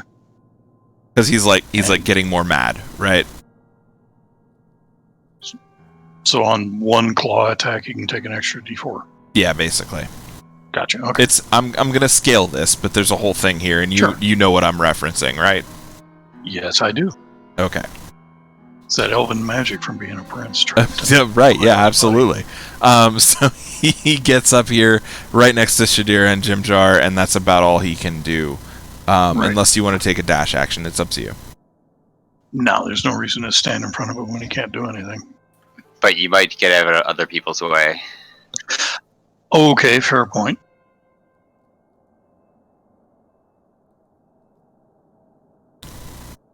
As the rest of the party Okay, yells I will at him, absolutely "Move." allow that movement as a dash. Yes. Okay. So he's right up next to the thing, and that's about all he can do right now. He's huffing and puffing because he ran, but he's about it, right? He's like all about it. Right. Stool is like super happy. He's like jumping around for joy on your chest as you're laying on the ground, being like, "Oh, I was dead 3 minutes ago." Sounds about right. Eldith. Putting her hammer back on her side, she picks up her longbow as she rushes back towards the battle. Okay. Is that a -2 shooting there? It's going to be a -5 because she kind of has to hop -5. up over the top of the 3-foot-tall sarcophagus to shoot. Yep. That Still hits. Damage done. Second attack. Hits. Also hits. Damn. Okay. Eldith doing work here, guys. She still looks visibly angry at the party for Right. for messing with the dead. But the party's having trouble taking this seriously because she hops up and shoots an arrow and then lands on the ground and pulls another arrow out and hops up and shoots an arrow. No, do you know, she's actually not really trying to. She's shooting as close to Shadara's arm as she can. Do you know what I mean? She can't actually see around that sarcophagus in the northwest corner. So she has to jump up. That's what I was saying about the -5. So, she so kinda she's has to, pushing hop up. off of Shadara's back for leverage, not caring about the weight she's putting on the back, on her back. Okay, so she's pushing off Shadara then? Yeah. Okay, so Shadara, you have a -2 for this turn. I wish I'd known that to begin with. Shadara would not have taken that. Well, I mean, it's behind you, so you didn't really have a choice. Yeah, but as soon as I It's felt flanking. the weight go on me as a reaction, I would have dropped. Okay, so you're going to be prone then? No, it doesn't matter now. I mean, we can play this however you want, but there's going to be some detriment to somebody. What if you were to do it off of Jimjar's head? She Either were to do it off of Eldith Jimjar's looks head funny, instead. either Eldith looks funny, or someone else gets a minus to their attack. It's up to you guys. Alright, Eldith looks funny. I don't want to give everybody a minus, but she's scowling at them greatly. Okay, no, totally understood, and you guys totally feel this, the force of this dwarven stare, boring into your back. But Pito. Shadira didn't do anything, You walked into the room. and I didn't touch a thing. Hi. So, Bapito would be slightly cracking up over the antics of a dwarf having to jump up and down to shoot an arrow. But he Pito actually could could not see that. Oh, okay. Not quite. Well, never mind then. Between the door frame and the corner, he couldn't quite see it from where he was. Oh, okay. I think he's just gonna hang out and reload just because there's so many people up there, and if a sector comes out, just be prepared to shoot them with a bow. So he's spending a turn, an action to reload? Pretty much just hanging out there. Okay. I think he was just saying that as flavor. Okay, Yep. you know what? Come with me into Whispers for a minute. So one of the things I was thinking about with the repeating crossbow is if you take an action to reload, I'd let you have 2 attacks on your next turn. All right, cool. That makes sense. Like you're shoving an extra bolt into the clip, basically. Yep, So it's up to you if you want to use that. The mechanic isn't built into the weapon or anything like that. It's just, I just thought it would be kind of cool because it's a specific type of crossbow, and I thought that would be something cool that I could give you for Pepito, because he doesn't really have a lot of other stuff until you start making him go insane.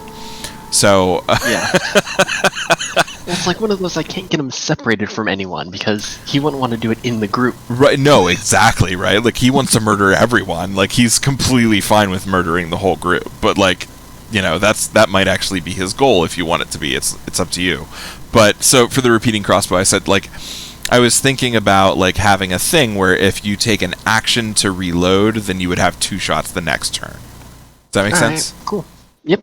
So if you want to do that now, you can. If you don't want to do that now, you don't have to. I'm just giving you the option. Is that fair? Yeah, we'll go ahead and reload now. Okay. All right. Back to general. Rounds for me. So. Okay. So Pepito is taking an action to load, and Halavin and Sereth, you can see what Pepito is doing right now is he's actually kind of like shoving another crossbow bolt into his crossbow that's already loaded, and you guys are just kind of like scratching your heads about this. It's gonna jam it. Spectre 9 is still turned, and it can't move any farther away, so it's going to stay there. But That's they it. can't Well, would because have it's been broken attacked. Oh wait, did someone attack it? Yeah.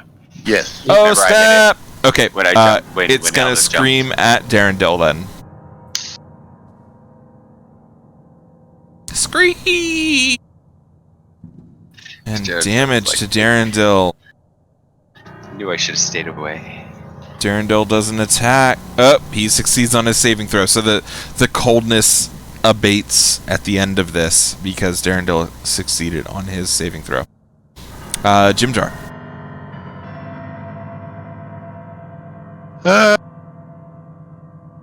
Kimjar is going to So your movement head is over here. like, what's his normal movement? 25. So you've only got like 15 at this point because of all the other people that are in the room. Yep, but he's going to head over there and jump up onto the sarcophagus. Okay. You know what? Make me an either athletics or acrobatics for him to like just jump up onto it with no penalty. It'll be either strength or dexterity on a d20, whichever one is higher for him. Yeah, I'm just checking to make sure he doesn't have it. It will be a dex check. Okay, yeah, that makes it. He like kind of like hops up onto it, like kind of like one of his legs. He kind of skins his knee a little bit, but he stands up with no problem, and he is now there, and he's already got his war pick in his hand, and he's got multi attack. So go for it. Will he get flanking or not? He will not have. You know what? He will. He won't have advantage on the attack because the thing can clearly see him, but he will have sneak attack damage on his first thing just because, like, it can't get away, right? Okay. And he misses. And he swings that war pick, and it flies off across the room and just clanks across the other sarcophagus on the north wall. So he's going to have to do, like, 10 feet of movement to go pick that up. Well, what he's going to do, since he threw his war pick away, he's just going to flatten. He's going to go prone. Okay. So he is going to go prone. Yep. That's going to give That him way he's out of hopefully disadvantage he's out of on, like, the thing is going to have advantage on melee attacks against him. Yeah, he's not worried about that. He's more worried about the other people shooting him. Okay, so he's prone. So the Spectre will have advantage on attacks against him, but he will not present an actual obstacle to any of your other party members. And that's it. He That's hasn't it? got any movement. Yeah, he can't really do much. I mean, he could roll off. Like, I'd let you have him roll off onto the floor if you want. Yep. Well, that's Like, what I'd let's like say to do, to yes. about there. Yep, that's But fine. again, he's prone at this point. Sareth. Sereth. Can I get a crossbow shot from there? And you get a crossbow shot. Go ahead and target the thing.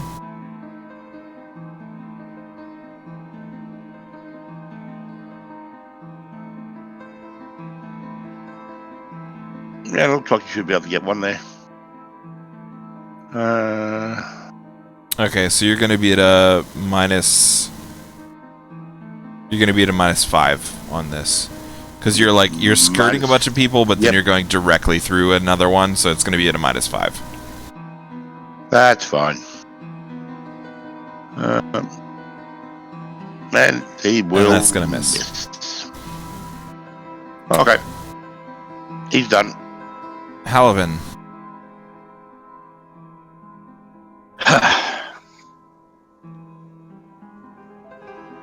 Jesus. There's... Right? Yeah, fifth wheel. I guess I'll hold point here. It's...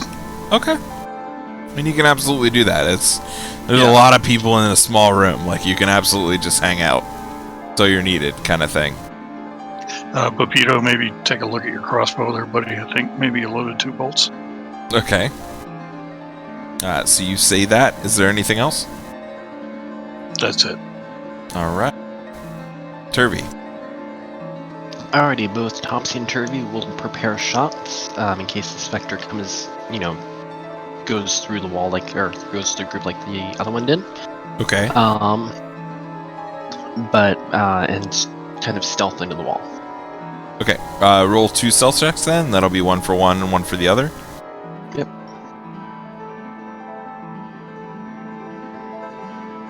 Okay.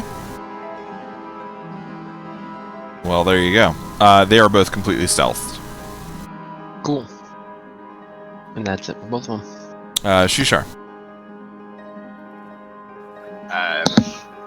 We all know what Shushar's doing. Just Okay, wanted to say cool. he's standing just, back and... I want to give you the opportunity, Of course. No, Shadira. he's standing back. Shadira would like to take a step to there and then take a shot with her hand crossbow. That is normal. No advantage, no disadvantage.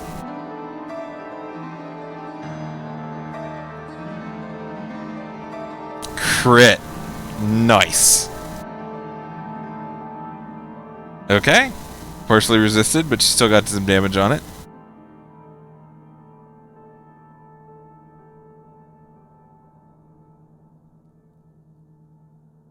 Okay. Thidriel just said, "Hey guys, Dad keeps calling me Donkey." Okay, all right, cool. Shadira, is that all for you? Yes. That's all for me. Thidriel, go for it. Tom, I'm gonna have to move his character, but is he gonna attack or is he just hanging out? He's just hanging out. Okay. Nothing to do right now. Any prepped actions, he's gonna maintain that prepared long shot if anything comes through the door, basically. Yep. Okay. Yep. Ront.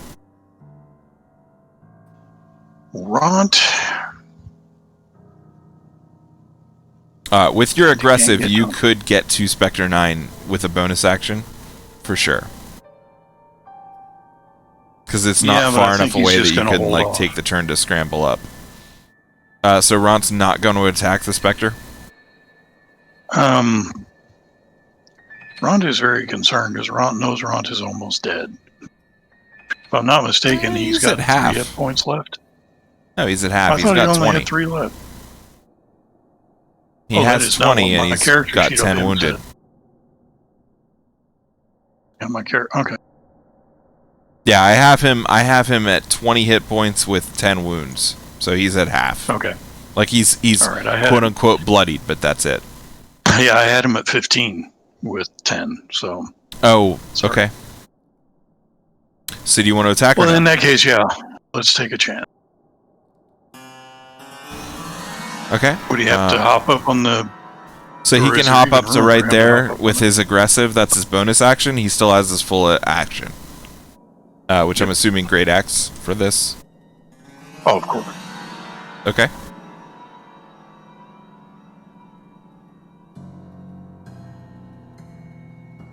Ooh, I'm moving him back. There you go, crit. I'm moving him back just a little bit so that people can have a wider angle on him. But yeah, okay. So partially resisted, he still takes 6 damage. So Ront did some serious damage here. And also now, Spectre 9 is at advantage for literally anyone that attacks him, unless there's some kind of disadvantage because of positions. Okay. Does Rod get a second attack or not? Ront does not get a second attack. No. He is aggressive, which means as a bonus action he can move his full movement to attack something with a melee attack. Specifically, but he doesn't have multi-attack. That's his thing, is he can just do the charge, right? Trey, you need half your movement to stand up from prone. You are conscious and you are aware. I would like to get up on the very edge of this. So you have 15 feet. You can move wherever you want. Alright, To get up so onto right the there. sarcophagus, I need either an acrobatics or athletics check from you. Stand by.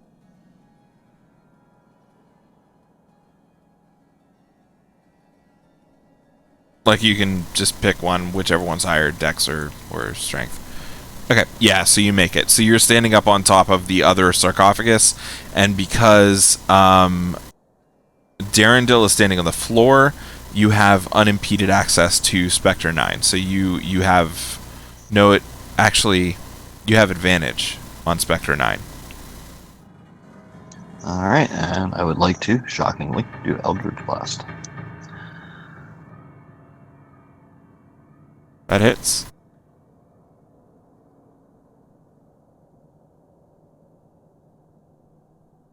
Okay. Quick question: why did he have advantage and disadvantage then? Did you still have the? Because I still had Prone effect prone on on. But it doesn't matter, because he wasn't gonna crit on that either way. Because he was just dead, so it still makes sense, right? Yep. Okay, Trey. Anything else? You got a bonus action, or are you good? Yep, that's it. Shade. Alrighty, Shade will target. You are Spectre at 9, -2. -2. Yep, because you're going For- kind of halfway through Shadira and halfway through Ront, so it's -2. Alright. So we'll cast Sacred Flame. Okay, succeeds on his save. Alright, cool. And that concludes the turn. Darendil. Swish, swish. Get him open. Come here, dude. Yeah, so this one does have, and I'm gonna say because you're standing like you're kind of under him, so you're gonna be clawing at his legs, but it'll still hit him. So you do still get those 2 claw attacks. It's wispy, wispy lad.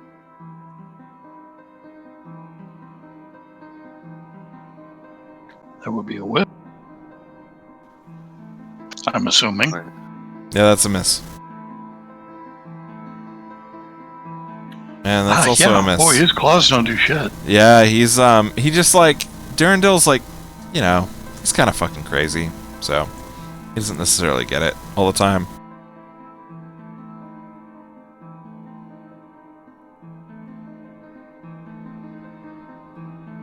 He's obviously still getting used to his claws. You know, yeah. Yeah, true. Yeah, because he's an elf. He's not used to having these claws. Stool is He's stool. having magical daggers, yeah. Sorry. Eldith. Can she get to here beside Jim Jar? Yes. That'll be. She has 5 more feet of movement. Okay, so she's gonna again drop her longbow and switch back to the warhammer, jumping up, trying to hit the specter. Okay. Athletics or acrobatics if she wants to get on top of the sarcophagus. No, she's just jumping. No, not jumping on top of it. She's just jumping and swinging. Again, athletics or acrobatics, because there's a 5-foot difference here, and she's only 4 feet tall. Jim Jar gets up on his hands and knees so that she can step on his back. Okay, athletics or acrobatics with advantage. Sorry, just let me get to it here.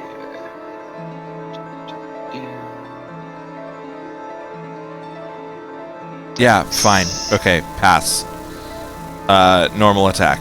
Actually, attack with advantage, because you got up there. Okay. See? I'm cruel, but also kind. Hit.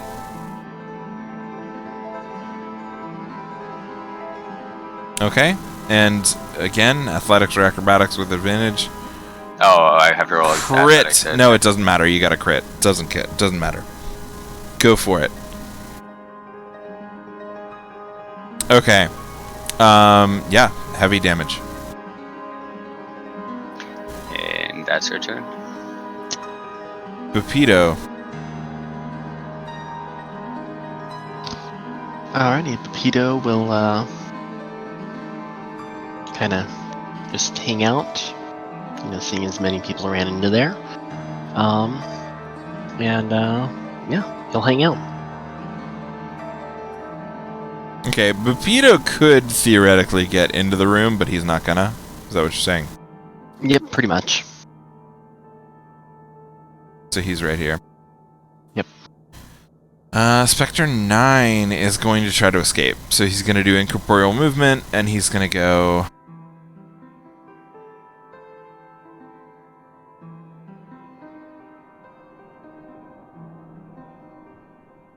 like that. So...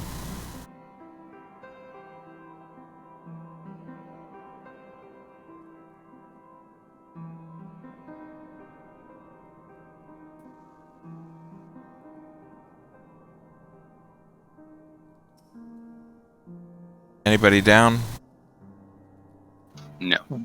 Was it still turned?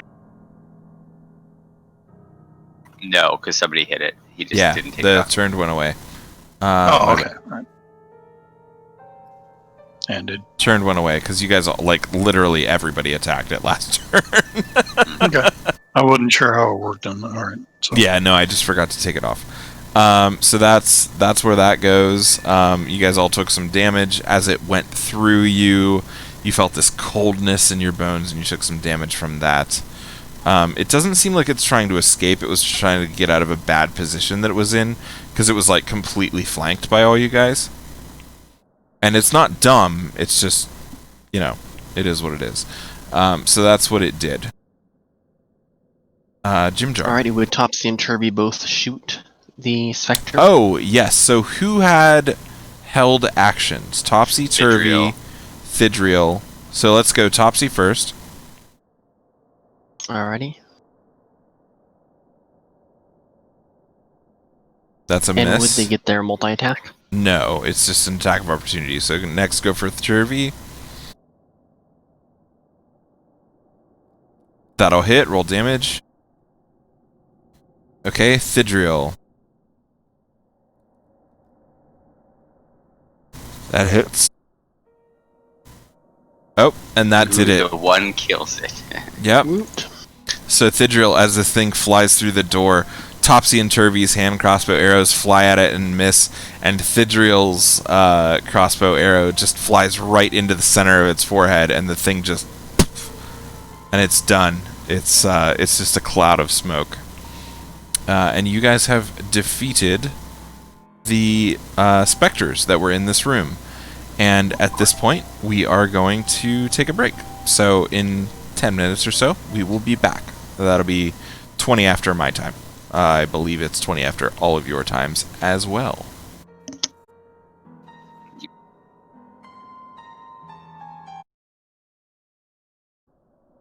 Alright, we're back live. Alright.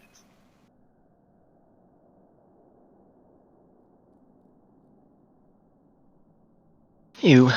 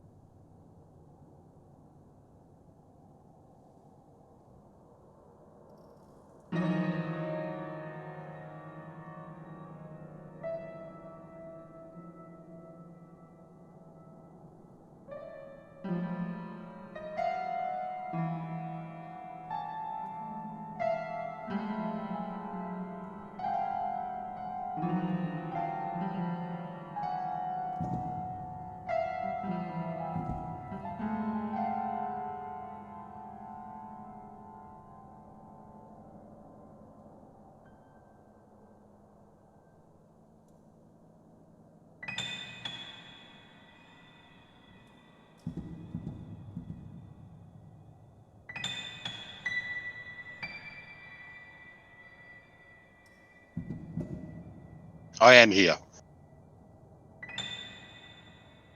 Yeah, I think we're all here now, right? Maybe. Present. Okay, I think that's everyone. Seer, you have defeated the final Spectre, and you now have this other room with this, the 4 sarcophagi open to you for, looking at it more deeply or whatever. Alrighty, Shade will take an ear quickly and pull out his holy symbol and just make, just a couple mutterings to others over here about, the deceased, being in their appropriate places in the cycle of existence. Okay. And, hopefully the great guide can lead him to their next life. Fair.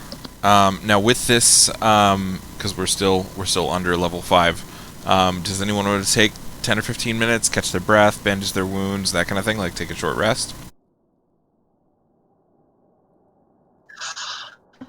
Pretty sure Ron would appreciate that.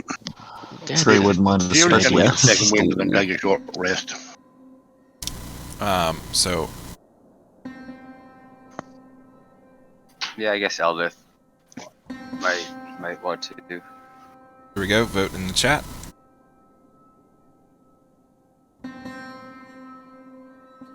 Okay. So taking a short rest, that means you can use your hit dice, if you have them, to heal up.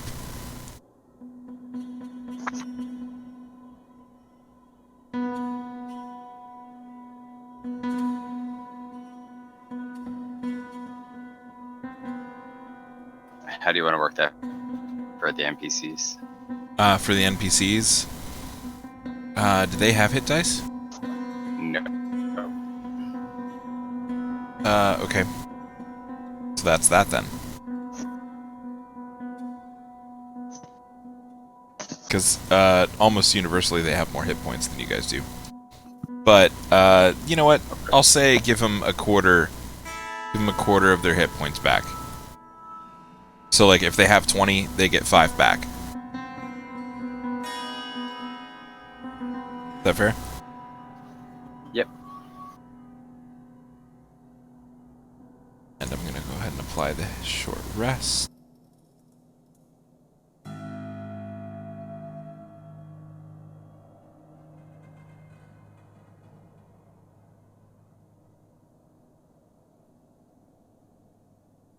And just, in line with the training wheels thing, that means that Trey, you get all your spell slots back.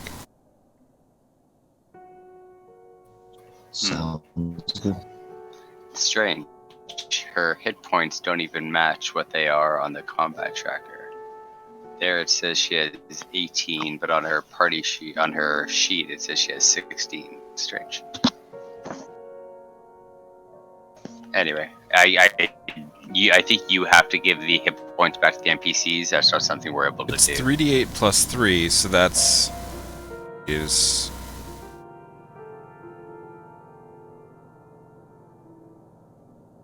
Well, in there it says 16, right? On the combat tracker it says 18 is their max. I don't know what the difference is. yeah. So it's 24 divided by 2 plus 3, so 16 is the correct number. Oh, I see.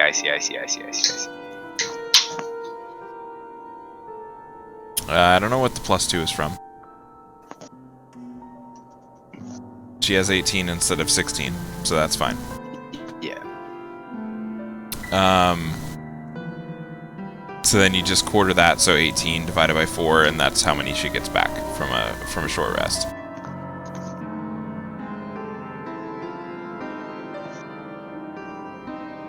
Shushar, gonna go ahead and remove that invisible thing from him, and everybody else, Thidril, you're gonna lose your temporary hit points. Anybody else have anything? Or have we used our dice and all that kind of stuff? I'm good. Yeah, but you're gonna have to give any of the NPCs back their hit points because we're not able to. Oh, you can't. Okay, so... No. Well, I need to do a bunch of math then here. Yeah. Sorry. It's annoying. Eldith, you'll be giving 5 back, pretty much. 4. Yep. Or 4.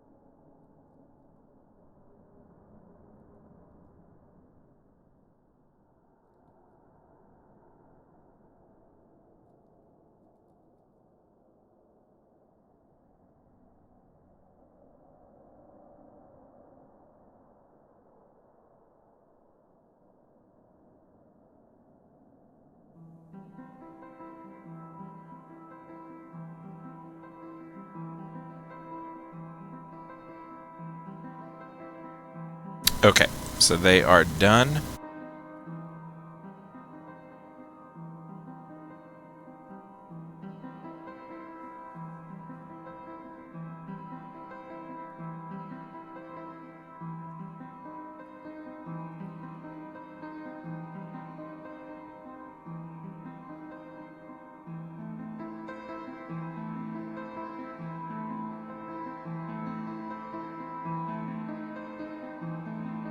So top of the order, Shadira, you're up first.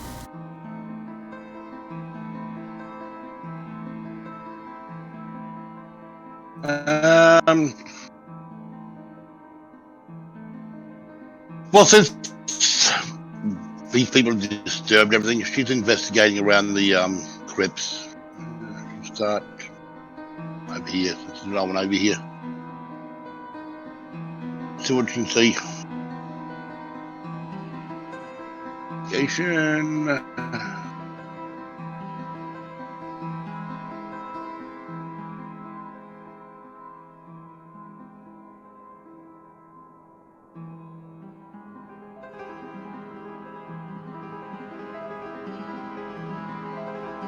Checking around the sides, the top of the trip, see if there's any mechanism to make it move or open or jump up and walk away.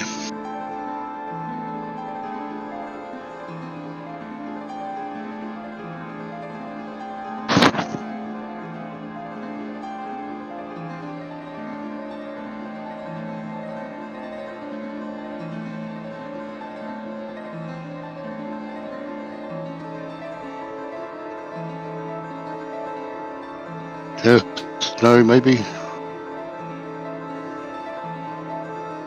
If you're trying to open it, roll a strength check. She's not actually trying to open the crypt. She's just looking to see if there's any mechanisms to move it. Whether it moves, Not on whether- the southeast sarcophagus, no. Okay. Well, that's it. Basically, going to check them over one at a time. She'll do a thorough check on this one, and yeah, she'll give it a strength check to see. Okay, and I mean that was a good roll. So like you've thoroughly checked over this one. There's nothing there that you can tell. Strength check. You said, didn't you?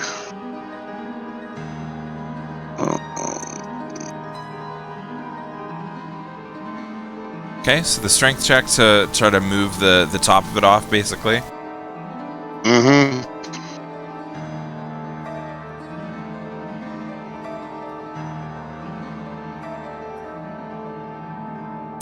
You managed to move the lid off of it. It seems lighter than you would think it would be for how much stone it's made out of. And it contains mummified remains, tattered remnants of ancient burial garments, and what you find within is going to be of Netherese origin, which you, as a drow, know to mean that this is this predates the drow as a race, right? Like, this is Underdark straight. Does that make sense? Yep. And you find a gold censer decorated with platinum filigree, worth approximately 250 gold. Oh, taking that. Okay. I will Sure. add it Sell it to someone. at some point. Yes. Yep. Thidriel. So, I will come up to Halavan and what were those things? I really don't know. Some kind of undead. Okay, well, I'm gonna stick with you, and cause I'm not gonna go try and open that thing by myself. Yeah, everybody else seems to be in the other room, so no rush on it, I don't reckon. That will be my turn. So you're Thidriel. You're not inspecting anything. You're just hanging. Yeah, Moving up I went up to Halavan. Yeah, he's not gonna go try and go into that room by himself. Okay. And do everything, and the other room has 1,000 people in it, so... Okay.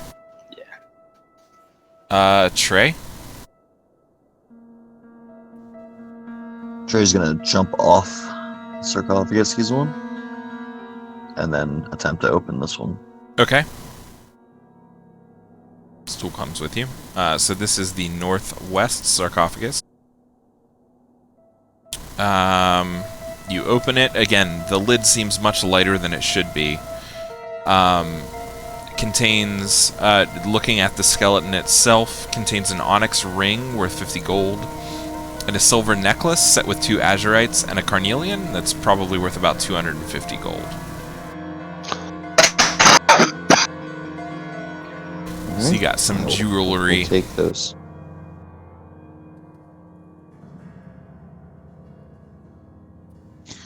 That'll be it for me. Alright, Halavan.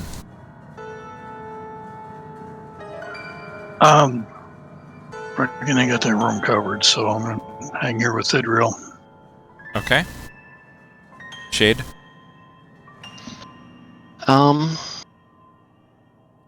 I'd probably, just to make sure that we're fine, give a cast Eyes of the Grave, just to make sure that we don't have any other surprises around us. Okay, and Eyes of the Grave, let me check that real quick. No location Presence of any the undead, within yeah, so 60 there are no undead within 60 feet of you. It's not entirely true. You do sense the undead to your...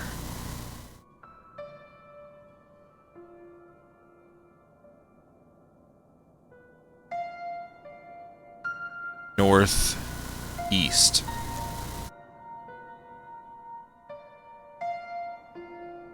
Alrighty. I'll give a shout out to the other people around saying, hey, there's still some undead around towards the, point in the general direction. So just be prepared. Yeah, I mean, you can't, obviously you can't see any other doors or anything like that. You have no idea where this might be. It's just kind of vaguely to the northeast from where you are right now. There's a, you know. There's something that way through something. Right, exactly. You just kind of point in a direction. You're like, it's that way, and they're like, okay. Anything else, Shade? I'd probably look around just to see if there's any sort of, if the, not the caskets, the tombs are able to slide. You are not or inspecting move. the sarcophagus to your left? That'd be the one that I'd be inspecting first. Just make sure that it, can't slide or can't move out of the way. So that is the already south. expected. Or Oh, the That was southwest. the original one that was expected by Trey, right? That was the one did that the I northwest. originally touched. No, You he did the did the northwest. southwest one.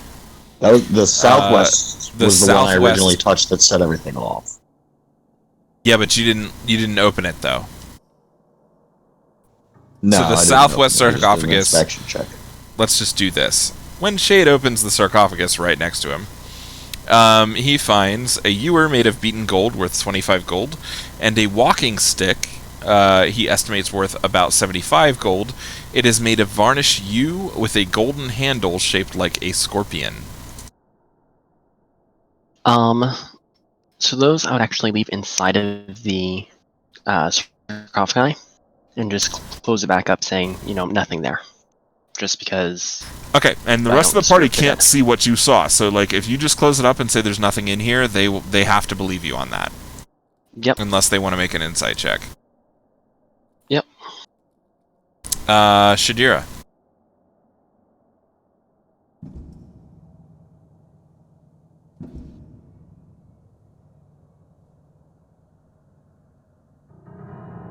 So there's nothing on this coffin that moves. Shade Nope. said there's nothing on that coffin that moves. The only one that hasn't been inspected yet is the one that Ront is standing on top of.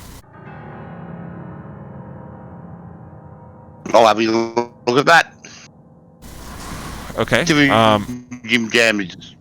Do you motion him to like step down off of it? Hey Ron, want to get off that so I can have a look, please? Ront, are you okay with that? Grumbling all the way. Okay, so Ront like hops down off of it. Shadira, you open it up and roll investigation for me. Would ask for investigation. Investigation.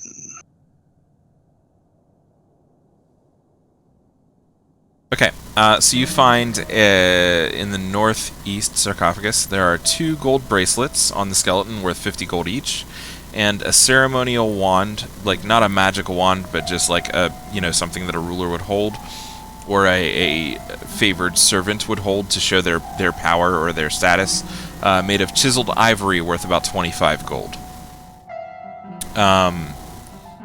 You do think there's something off about this sarcophagus, but you can't really pinpoint it.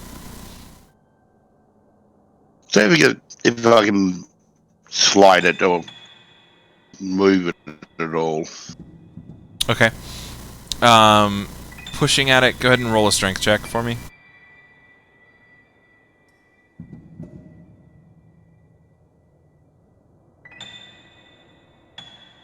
Okay, yeah, you are going to, just push and pull and all this kind of stuff at the sarcophagus, and then it's going to start to give a little bit in the direction of your party members, so it's like rolling to the west out from the wall. You can't actually open it all the way because there's people standing in the way, but the party realizes at this point that this thing is meant to be moved.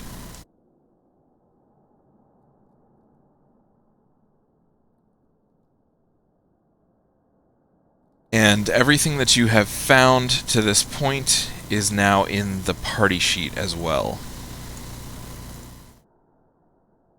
Except, I'm sorry, not that.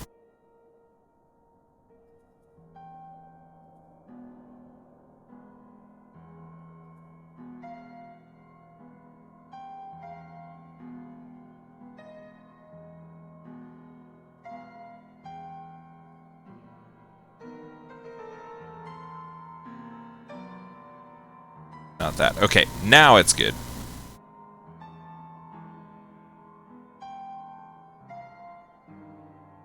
So if you want to take a look at the the party sheet, that is everything that you guys have in the party sheet as of right now.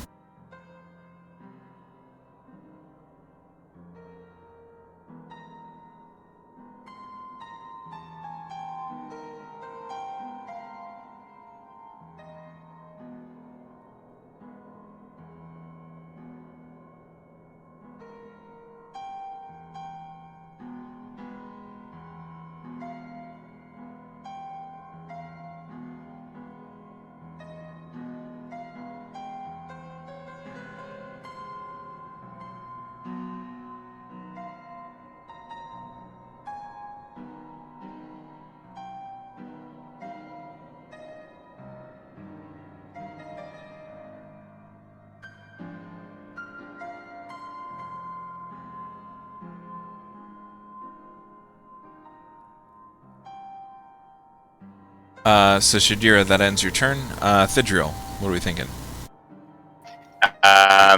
Said Eldith is going to move down out of the way. Yeah, Eldith is moving down out of the way. Okay, let's skip around a little bit here. So Jim Jar's moving out of the way as well.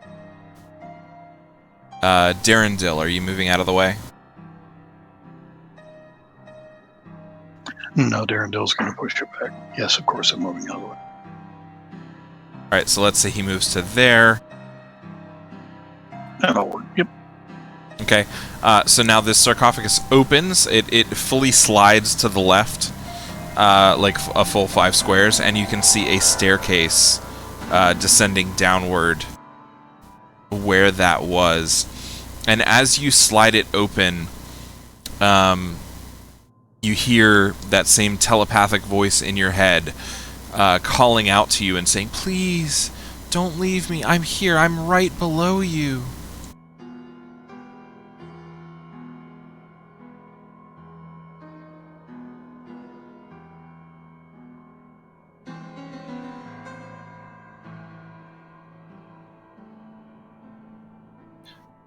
Are we able to see any sort of cracks or joints in the floor?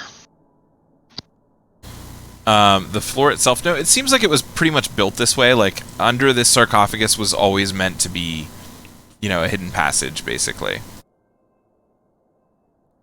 And I'll give you a little bit more here. Like, Sereth whispers to you, Shadira, like, that's it, I remember now, that's it.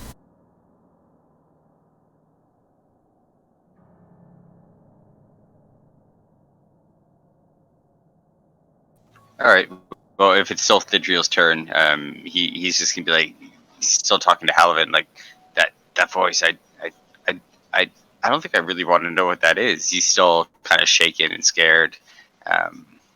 Okay, absolutely and fair. Shushar is just gonna kind of walk up to them, and that's it. He's not really going anywhere. Nobody's really said anything about a secret passage to him or anything like that. So he's just kind of standing here talking to Halavin. Okay, that's fair. His turn. Jim Jar immediately is going to want to go down there. Eldith doesn't really care one way or the other, I would say. Because she just moved out of the way. Sereth just whispered something to Shadira. Topsy and Turvy, anything from them? I'd say they, just want to get out of here, but going back, I'd say, through the city isn't an option. Okay, Darendil. Darendil is going to make several comments marveling at the brilliant elvish engineering behind this secret tunnel. Okay. Ront, have any say-so on But this? he's not going to dive into it. Ron is going to back away from the tunnel a bit. He's not happy about further down. Okay. He doesn't like being under here as it is. Trey? It is going down. Yeah, it's going down into the earth further. Yeah. Trey's gonna walk up to Shadira and ask what she thinks about checking out the sarcophagus in the other room before we continue further. Okay, Shadira, response? Eldith is going to speak up as she hears that and says, "Look what happened the last time you guys disturbed something. Leave it be." Okay, fair enough. So Eldith says this right after Trey. Shadira, you now can respond unless anybody wants to interject. She'd also speak up, saying, "I did not sense any undead from that direction." No, this is that's not 60 feet away from you, though. Where this tunnel opened up is exactly where you did sense undead from. Oh, I thought we were talking about the sarcophagus in the back room. You are, but that's more than 60 feet away from you. It's not like you can't go through the walls for that, I don't think.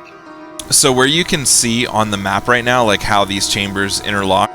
So there's like the main one, and then one to the right, and then one to the south, right? Shade, where you sensed the undead from was further to the northeast.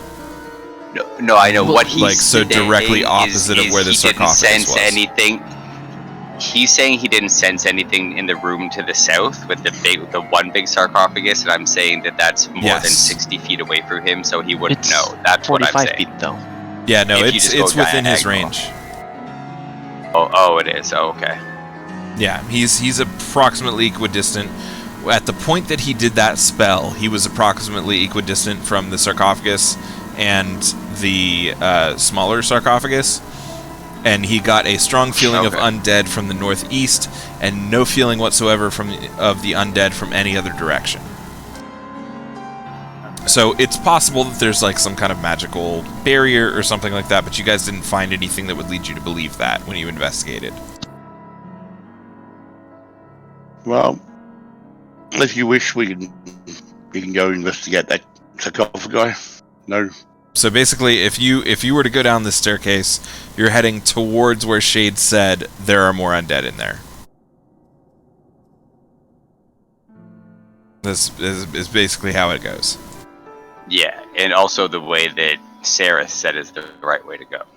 Yeah, so Seraph is saying that's the right way to go. Shade is saying there's more undead in there. It's really up to you guys. As of right now, you don't see anything that like would constitute a major threat in the areas that you've seen so far. It's entirely up to you.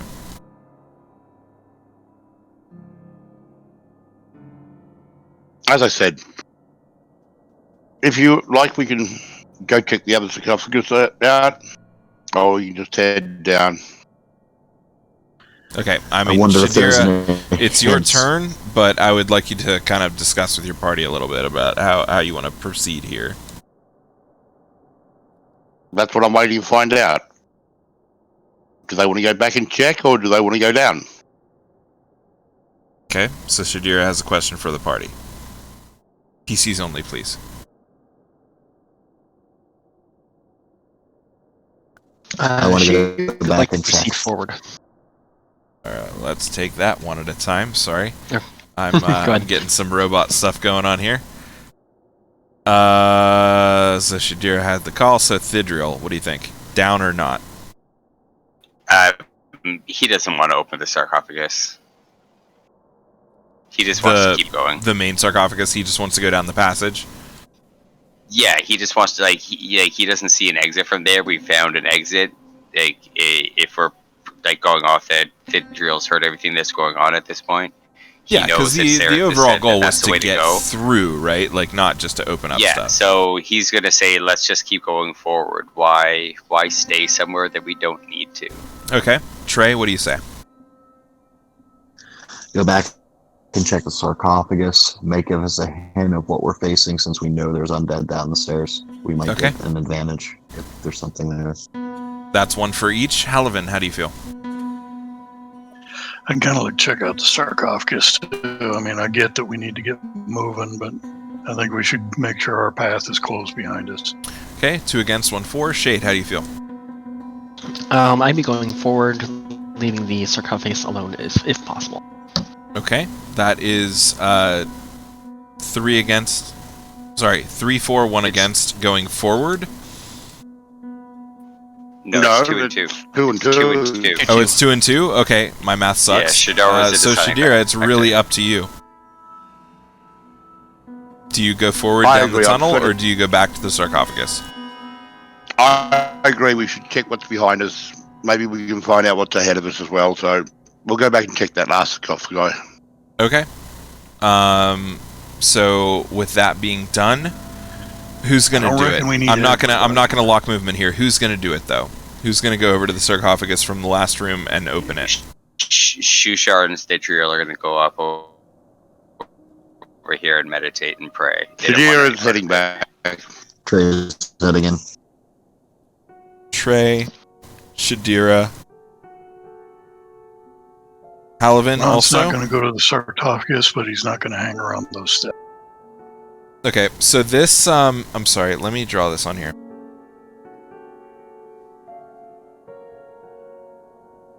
So where I just put that pencil sketch, that sarcophagus is now moved over to where I drew the lines, and this is now a staircase going down. Is that fair? Okay. I'm approving all movement. Jim Jar is moving down the staircase, or no? No, he stopped. He was going to go down the staircase. So he's like right at the head of it. Okay. Yep. All right, everybody Yeah. else good with their They're movement so just far? hanging there being kind of a guard. Shade, you're just kind of hanging out? Yep, I'd be prepared just in case the undead come up through the stairwell. Okay, Eldith and She's just everybody else standing is there hanging out? shaking her head. Okay, Stool went with Trey, so I'm just gonna put him there. Any other movement I need to do real quick? Pepito? Yeah, but Peter will just stand towards the entry, just keeping an eye on both rooms. Okay, and Ront is good where he is. Sereth Yeah. is good where he is.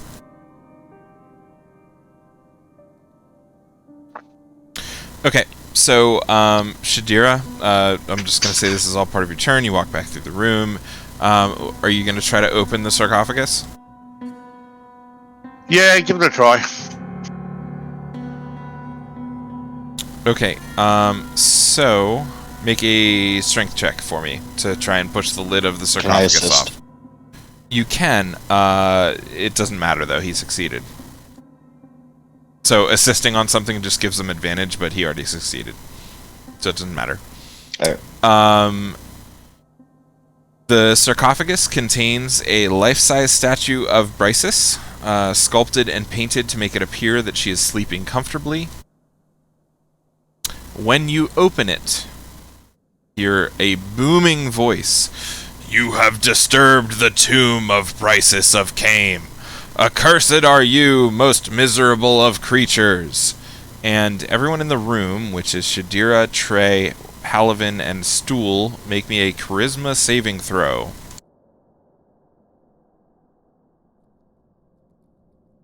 Oh, yay. Always the best stat, right?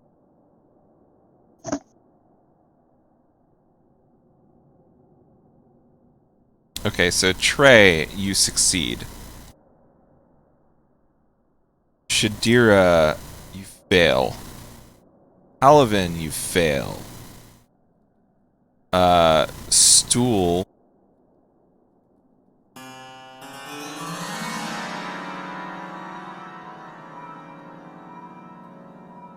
Oof.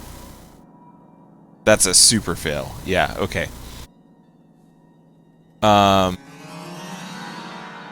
So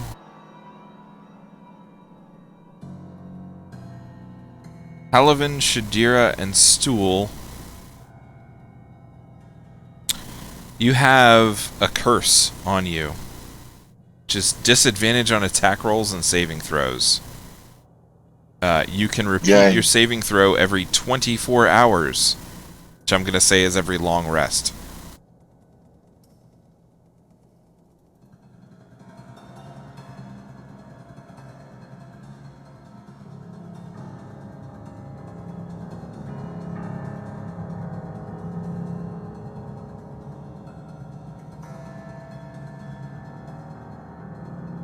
And basically this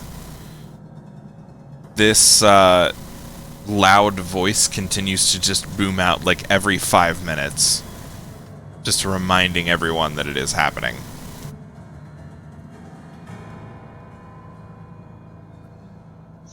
What do we know about the person who the statue represents? Roll history. Yeah, somebody will need to roll history.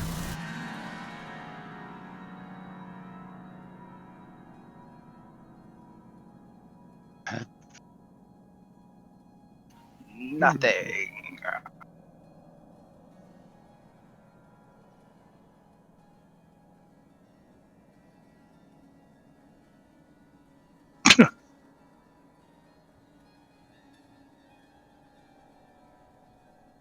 Oh yeah, you should all have disadvantage on that, right?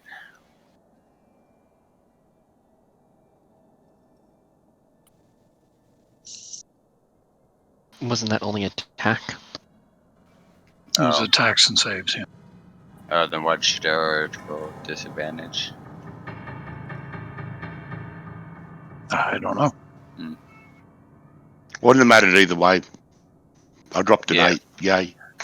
Yeah, I guess so. The last time it happened was, I don't remember. But it's not on ability rolls. It's just the curse is it's going to be easier for things to hit you, and it's going to be harder for you to resist them. It doesn't have anything to do with your ability checks, right? Because it's a curse. You're going to die faster, basically. You have disturbed the tomb of Brysis. So, where are we at? History check, Halavin. Halavin, you actually know some shit. So, jump into Whispers with me. No, already.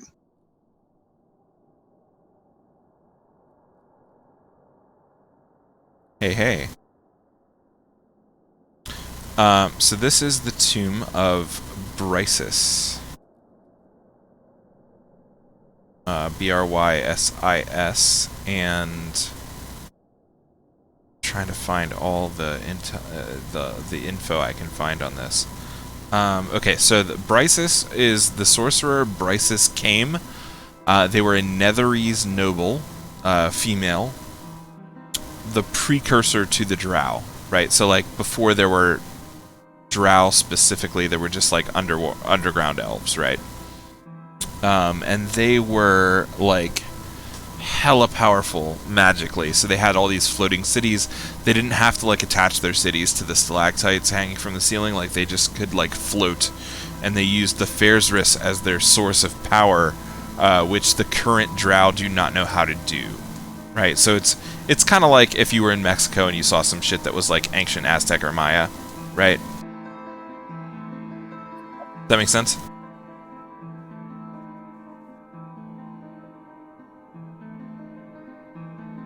I'm not hearing anything from you. Did you? So, Sorcerer Brysis Cam, Netherese Noble, Inner Prime, looks like she's sleeping, and the statue itself is painted to look like her, etc. And that's what you can see. Sound good? No, still nothing. Now I can hear you. Okay. Did you get all that? Okay, don't know what I did. I got that. Brysis Came, sorceress, precursor to the Drow. They floated their cities and used the Fairsris as a power source, but Alvin doesn't really know what that is anyway. So yeah, so that's but that's just the history of it. Is like there was some weird power source that they had in the Underdark.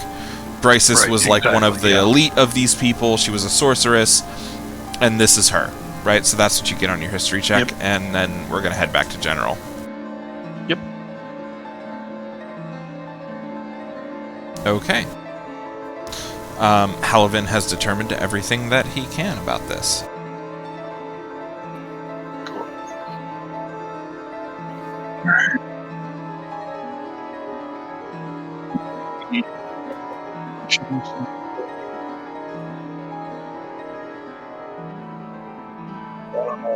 Else recognizes this statue. I do.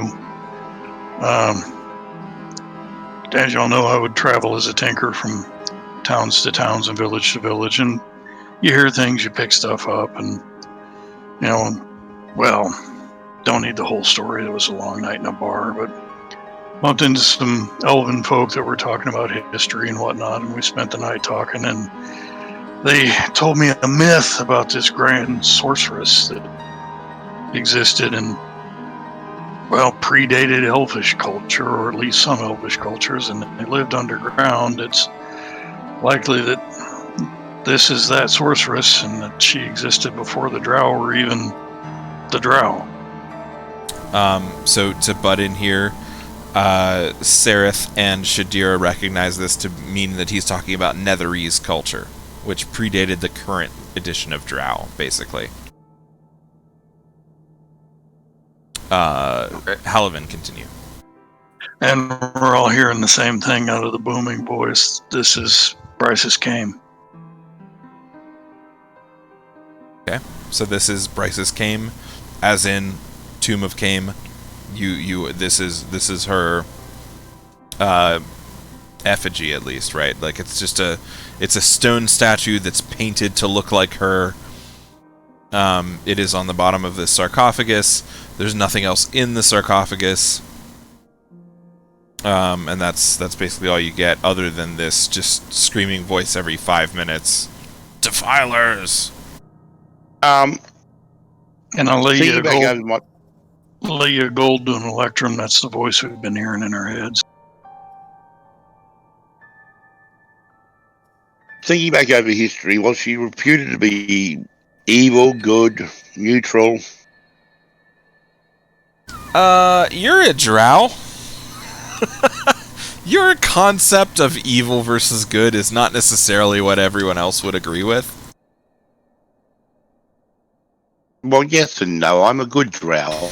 This is also prehistory, so that's like saying, like, did a caveman that clubbed another one to death with like a rock, was that person good or evil? As far as you're concerned, right? Like, what I'm looking at is, okay, if you go into modern day prehistory, the rumors were that Cleopatra was a great beauty and she was very, very wise. Is there anything along those lines of this person was a great beauty and they were very, very cruel? That sort of thing is what I'm trying to look at. So, okay, so I'm gonna, you know what, go ahead and roll history for me. And it's probably not gonna I'm matter legit because just I'm gonna making come this up shit with up at this absolutely point, but I want you to roll for me anyways. Okay, so with a 7, what you can remember from your very few history lessons at the feet of the drow themselves is that Bryces Came is a name that you heard mentioned. Like, she was in a history book. She was powerful enough, her actions in life were impactful enough to make it into the history lessons. But you can't really remember, like, what about her was important. Okay. Does that make sense? It's like if I told you, like, fucking some random American president that wasn't, like, okay, yeah, that's a person I recognize the name of, like Woodrow Wilson. Like, what did they do? Right? Like, it's okay. They existed. Well, I remember the name. Woodrow Wilson, back in the day, he started as a... That's exactly what I'm saying, though. It's like 1 out of 20 people could actually give you information about that person. Does that make sense? Or a better analogy for you guys would be me turning around and go Bjork Peterson. Right, or even, like, so look at world history. Like, okay, everybody remembers Alexander the Great. Do you remember the guy that came after him? Do you remember the Caesar that was Caesar 3 times after Julius? You know what I'm saying? Like, so you remember... you know what I'm saying, though? Like, you know there's, or 3 times before, whatever. Like, you remember that this person was powerful, that they were impactful on history, but you can't quite put your finger on why. And that's, Shadira, that's all you know. Is that fair? Yep, that's fine. That's fine. So that's what you guys get. You have this, anybody want to make an Arcana check on the screaming voice? I would like to. If you are proficient in it, I will allow it. So that would be Trey, Not me. and I think that's it. Just Do Trey, we all right? hear it, or just the 3 of them? Oh, everyone can hear it. You're concerned that everyone can hear this in 20 miles. So Trey, you recognize this as a magic mouth spell. Okay. Which I'm assuming you're going to pass that along to your party, which is why I just set it out in the open. But it Yes, basically, I it's a would. spell that you can cast that'll just scream something when a certain trigger is met, right? And the trigger in this case seems to have been when you opened the sarcophagus. Because you were standing right next to it, so you, like, saw it go off, right? Yeah. And warlocks, as And we it all does- know, are arcana nerds, because that's how they work. So, you read about this in your one book that you've ever read in your life.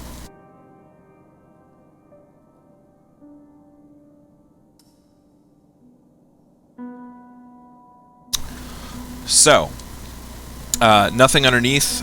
You cannot move the statue in any way. The sarcophagus itself does not move in any way. 3 of you have taken detriment from hearing this because it was just such a shriek and it just kind of like cuts you to your bones. Curse-wise. And the rest of you are still in the servant's sarcophagus room, which you now recognize is like, okay, if this is the main sarcophagus, then that was the servant sarcophagus room, right? And Thidriel or Halavan or whoever, having been in Trey, having been in both rooms, you would recognize that the canopic jars had some of the same symbols as the sarcophagi in the 4 sarcophagi chamber, right? Mm-hmm. So that was Trey that went last, so Shade, you're up. Let's see. Well, hearing the booming voice, I'd probably head back because we wouldn't know that they're okay or anything, right? There's a group in the room.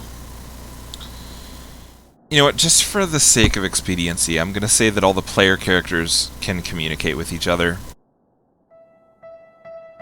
Because you're in a small room like this. I'll figure out a way to make that work in-game later, but for right now, you know what they know. Just because I don't want to drag this part out too much. Yep. Alright, cool. Then I'm gonna get ready for heading down, and cast, what was that? False Life on myself. False Life. Okay, go ahead and cast that.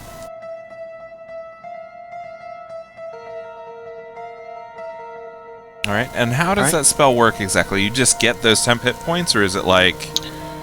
Are there triggers or anything? So, bolstering yourself with Necromantic Facsimile of Life, you gain 1d4 plus 4 temporary hit points for the duration. The duration is an hour. Okay, cool. So you just have those then. Yep. Yep, I have And your skin kind of like...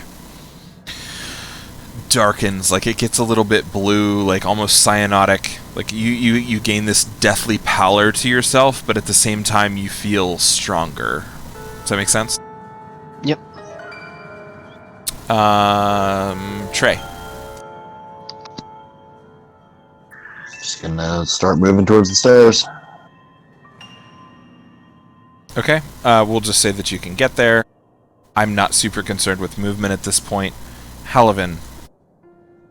Also in the room, you're heading back towards the staircase, or you're doing something different? No reason to not head where everyone else is heading and head over the staircase. Okay, Shadira. Heading to the staircase. Okay, Thidriel. I'm sure we're all doing the same thing. Okay, because you and Shushar were like meditating or praying or whatever, so Yeah, you're heading into the room at this point? Yeah, I'm sure when the voice started to boom, our meditation was kind of interrupted. Like, if anything, he would kind of look at them and see, like, I told you guys there was no point in going there. Okay. We should have just kept going. Okay, no worries. Shade. I'd be ready to go down the staircase. Okay, Trey.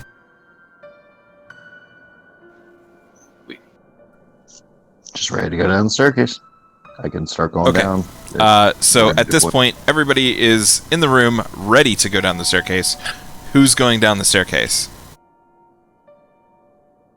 Shadira heads down the staircase. Yeah, Eldith will definitely follow. She's ready to get out of here. Thidriel and Shushar would probably be closer to the back.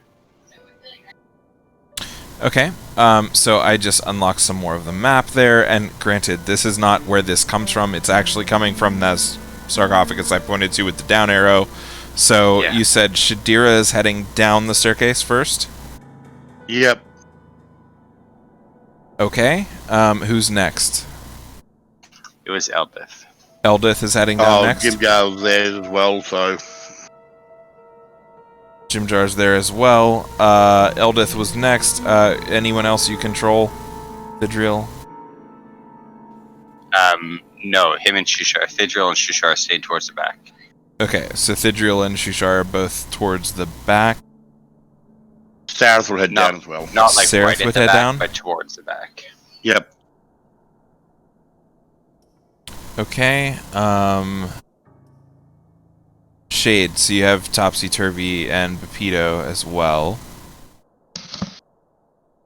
Shade would prefer to be up towards the front just because undead and getting rid of them. Okay, I'll put him there. Pepito is next, and then Topsy Turvy. Yep, that works. So where do you want them? Oh, I thought you were lining them up. Bapito would probably be towards As you enter the room, you can see this much of it, but this is like you're all kind of bunching up on the staircase right now, so I'm trying to represent that. Yeah, Bapito would probably be towards the middle. Topsy-turvy would be You could probably next get to one there. another. Like right after them. Just with their crossbows ready. How about we do that for Topsy-Turvy? Does that work? That works. Okay.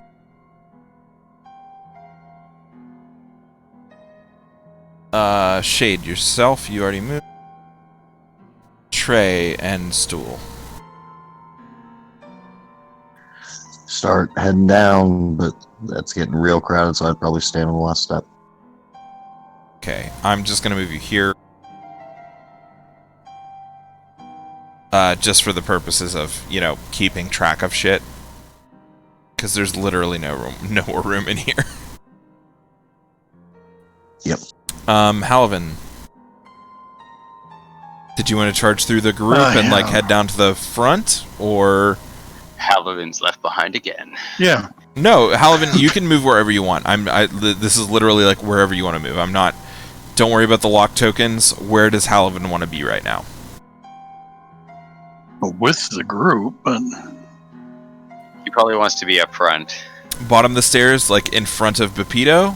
Or, like, behind or in the middle or where? Well, no, I don't want to get in front of them because they shoot people. So I was gonna say I could put you like right there, right? I was gonna Does that work? That's Turvy. Yeah, that's fine. Yep.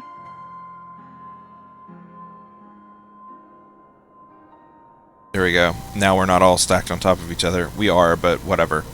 That's close. So yeah, Halvin will be there in like the vanguard because that's what Halvin does, right? Does Ront want to charge forward, or is he good where he is? He wants to charge to the back. Yeah, so Thidriel he'll and go right there Shushar behind Trey then. How about that? Right. Thidriel and Shushar would be right in front of Ront, like not at the back, but right like behind him, you know, or right in front of him.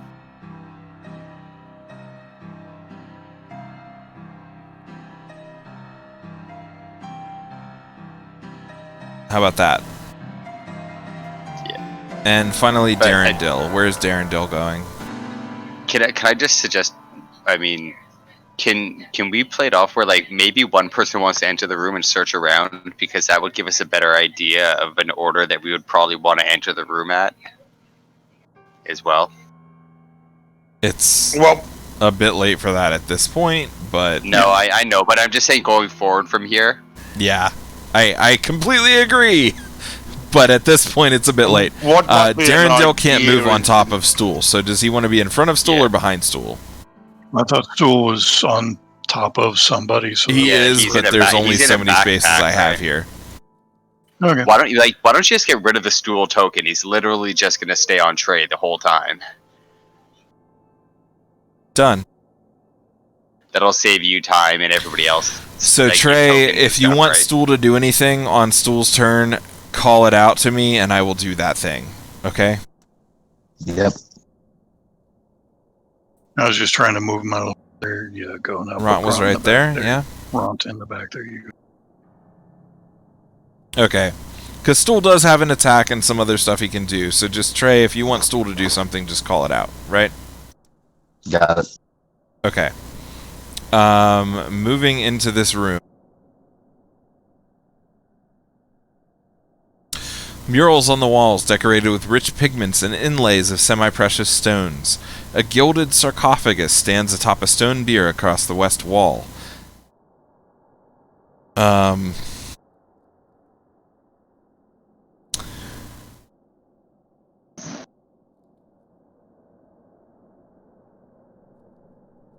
Zareth is trying to remember where they went from here. Brysis of Came has arisen as a murderous wraith bound to her tomb. She rises from her sarcophagus, and as she screams at you, you still, in the back of your mind, hear a voice saying, "In the sarcophagus, I can help you."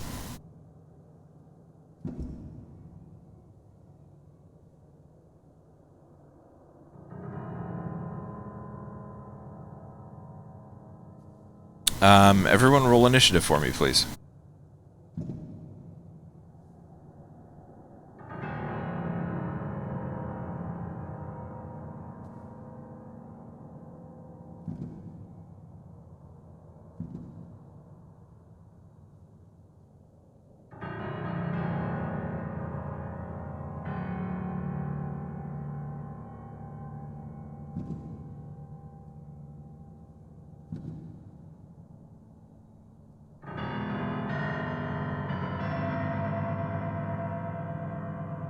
Okay. Eldith. Just be like, oh, not this again, and try to push forward through everybody, like pushing through with her warhammer. She's getting really fed up with this kind of stuff. I'm assuming that she can kind of get to here with her movement. Yeah, she probably actually... Nope. Nope. She has 30 feet. Yeah, so she has 5 more feet, but that's fine. Yeah. So if she has 5 more feet, she's going to move here, so she gives people a chance to get in there. And she's got multi-attack with the Warhammer. Yep. Hits. Okay. Hits. Hits. Damage again. Let's send this quick, guys, and get the hell out of here. And that's her turn. Okay, Shadira. Jira is moving to the end of the sarcophagi. Is it open or closed? You moved to Seraph instead of...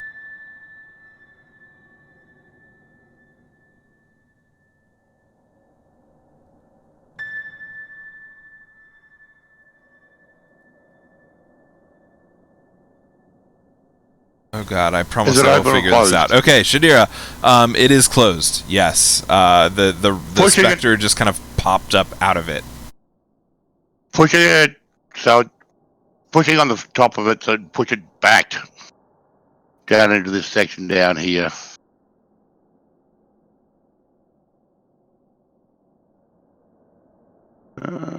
Strength check.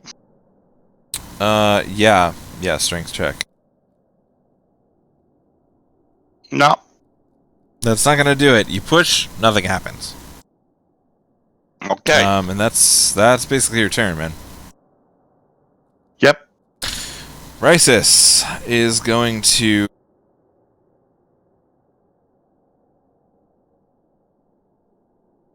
Screech at Halavan. Oh, hit. Damage. That's okay. a lot. Halavan's unconscious. He probably got in front, Halavan. And because of that, that's gonna be it. Vidriel. He has no real way of getting anywhere from where he is.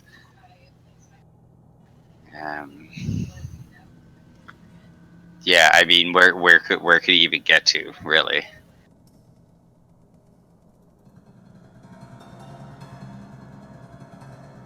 Because there's 2 people in front of him.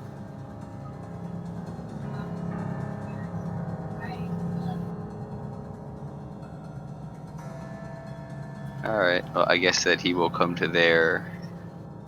Or do you want to go to either of those 2 places, or do you want to just hang out where you are? It's up to you. So I can see into there as to what's happening, right? Yeah, this, like I said, this map is dog shit. Yeah, but, like, no, you can literally I see straight down like, into the group. If I had seen Eldith drop, I would have kind of gone. So that would be about there then. Does that make sense? So from there, I will take a shot. Because you're looking at it and then take it from a -2 90-degree or 5? angle, and then that makes more sense. Yeah.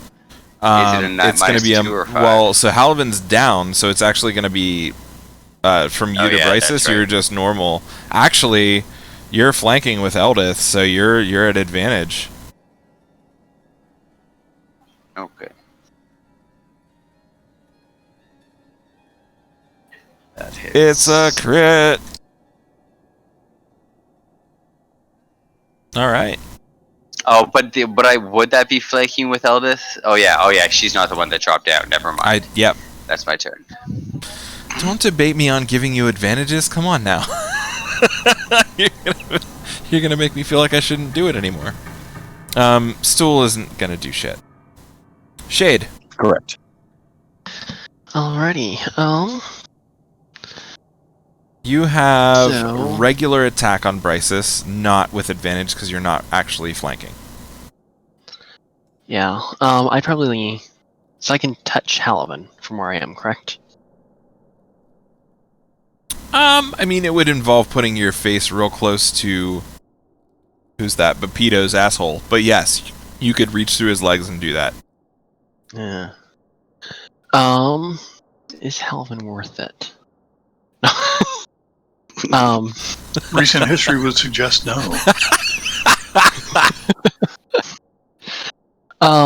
So I'd reach down and poke Halavan real quickly and cast. What is that? Not false life. Spare the dying. Spare the dying. Yep. Guys, I'm sick of being and that's a back. cantrip, Trust right? me, I can do this. Oh, hi, Yes, it enemy. is. And he drops. Okay, so... I can't hold down the key and scroll at the same time. 1 second. So, Halavan. I'm gonna give you... Whoa. Yeah, no, not actually. I'm gonna give you 1 hit point just so it doesn't keep rolling death saves, but you are still unconscious. Okay, that's fine. So you'll need to like actually be healed for this to take effect, Yeah. basically. It will right? functionally be no different than the rest of the night so far. Correct. Yes.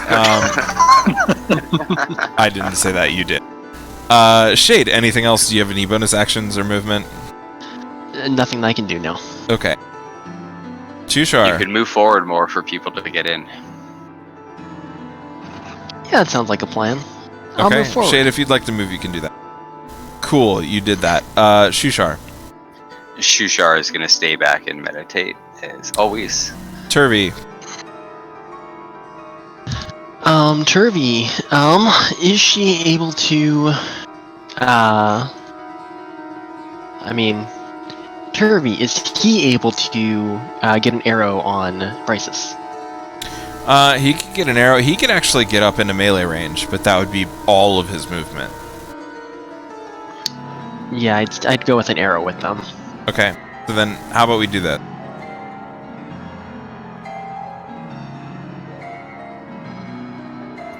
Turvy could get to there easily enough, and then have an unobstructed arrow. It wouldn't be. It wouldn't be with you're not going to get with this.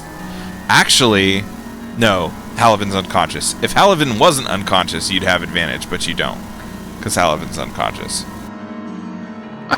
What about Shadira? Or is she too far away? She's too far away, because Halavan has this extended range for melee thing. So that's Okay. why I was going to give that to you, but no, it doesn't apply if you just have one person flanking. That's not going to affect, unless they're opposite enough. of you. You know what I mean? Yep.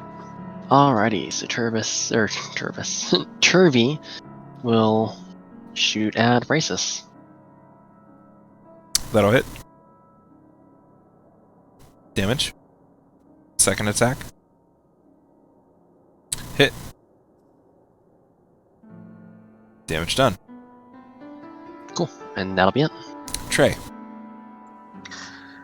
I'd like to move down and try to get as close to Shadira as I can.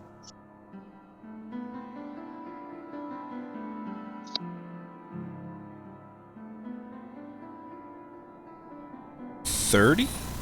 Like there? Perfect. And then I'm gonna be ready to assist in pushing or try to push that sarcophagus lid off. Okay, so you're not attacking? No. Okay. You are holding an assist for Shadira. Or if I can make a strength check to Yeah, make try a to strength push that check, man. sarcophagus lid. That succeeds. Give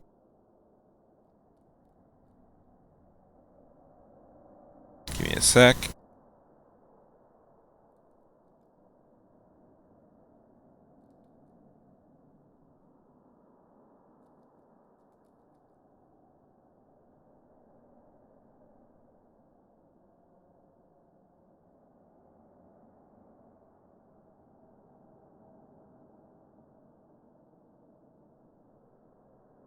Okay, pushing the lid off of the sarcophagus, you can see inside an actual body.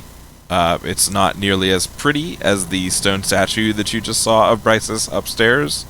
But inside, laying atop the withered and mummified corpse, is a sword.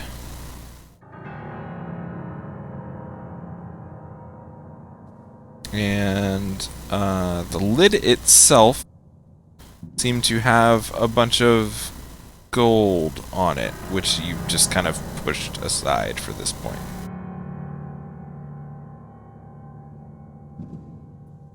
Understood. That'll be my Yeah, turn. that's all there's going to be for that.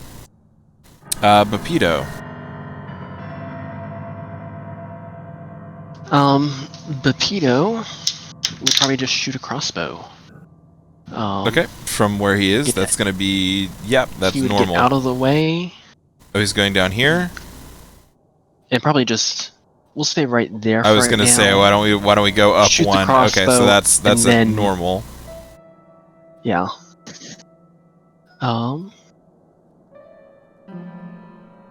Target properly. That way he doesn't have anyone reaching in between his crotch again. Now, he has not shot since you did that extra action, right? No, he has not. Okay, so you get 2. Crit on the first. Woot. Damage done. Second shot. Hit. And damage on the second. And you guys notice that Bapito's crossbow, as you're looking at it and you hear the twang of the first one, and then he wrenches it back and just pulls the trigger again, and you're like, well, that's not gonna work. There's not even a bolt in it. And you realize that Bapito's crossbow has a slot in the shaft of it down below the bow part, where he can actually, if he spends an action to really crank a fucking second bolt in there, he can spend 2 bolts the next turn, right? So it's a repeating crossbow of a kind, right? It's not like a machine gun or anything, but it's pretty impressive for what you're dealing with right now. Aw, sharing all of his secrets because he doesn't have any other ones. I mean, everybody saw that happen. Crossbows don't shoot 2 bolts. Everybody saw that happen. Okay, fine. Well, no, she's not Not even to be facing that way. contrary, but Halvin didn't see it. Yeah, Eldith wasn't facing that way. at all, Okay, right? everybody that wanted to see it saw it. I'm the worst GM, honestly. No. Halavin, do some stuff. You're not technically dead. He snores. He snores. Okay, you're not technically dead. No, just unconscious, yep. You don't have any self-healing or anything like that? Not that I can do while I'm unconscious, no. Okay, cool. Jim Jar. Can you take the prone off Jim Jar, please? Can I what now? Take the prone off Jim Jar. Take prone off of him. He asked for.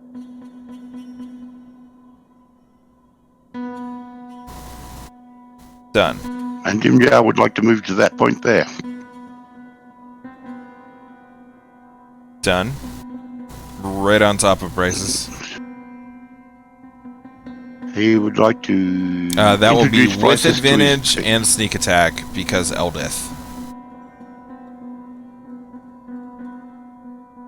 He would like to introduce her to his pick. Okay. That'll hit. And Roll does damage so. plus 2d6.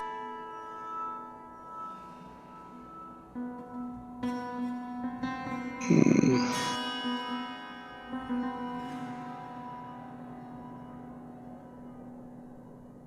Mm. 6, Okay. 9, 16, 18 divided by half, which is 9. To take that damage. Good. For some reason I thought it got on Tadia. No, that's just And- you're the one rolling it. 36. Okay. Yep. Bryce And he is would now... like to do it again. Okay, go for it. Just without the sneak attack this time. That'll hit. You can roll another attack and try for critical because you have advantage. Remember? Yeah. Oh, yes. Correct. Yes.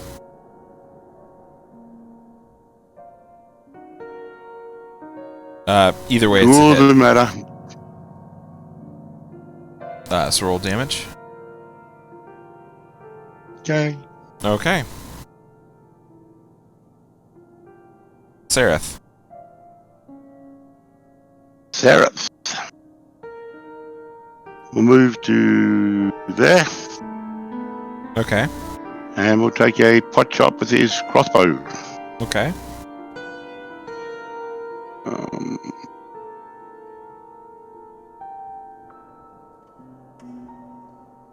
That'll hit.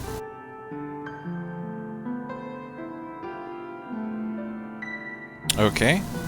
And then we're gonna do con save failed. Oh shit. Oh shit, because drow poison.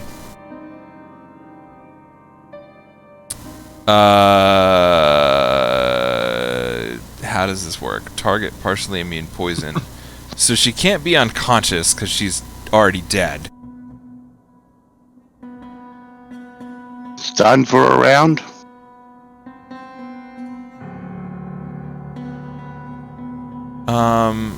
Let's see. Disadvantage on her next attack.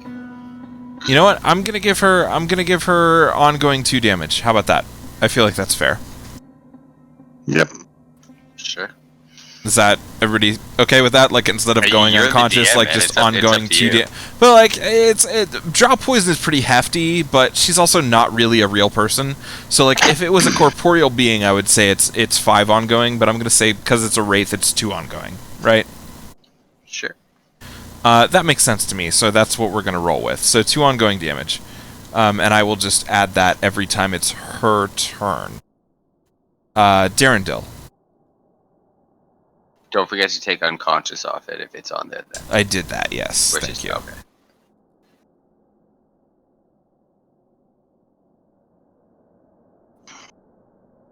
So Darendil at the top of the steps there.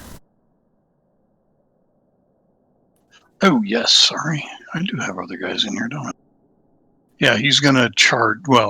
He's going to move down to the bottom of the stairs and try to find a gap to fill to attack this thing and see if his claws don't just wish through it again. Let's say this is 20 feet here. So he's got another 10 if you want to move him around a little bit.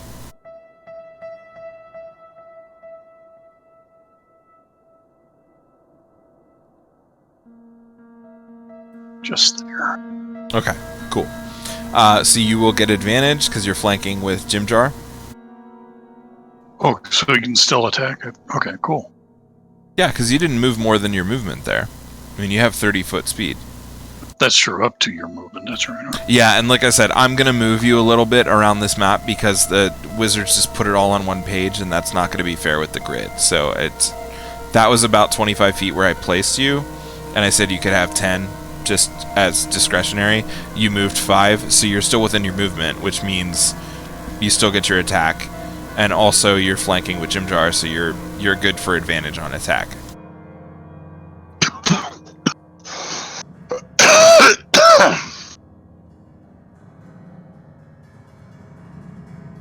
That'll hit. Yeah, I guess I don't need the second one. So No, roll it anyway, because you could roll a crit. Okay, so either way, take your damage, and then roll your second attack at advantage this time. Yep. Okay.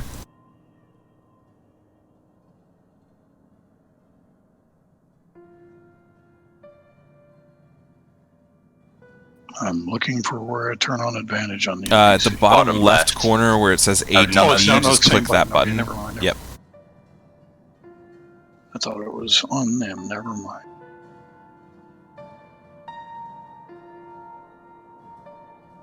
It's gonna miss you at a 2 and a 3. That's terrible. I'm sorry. So That's better Jarendale's off done. without He got some meat under his claws for the first time, right?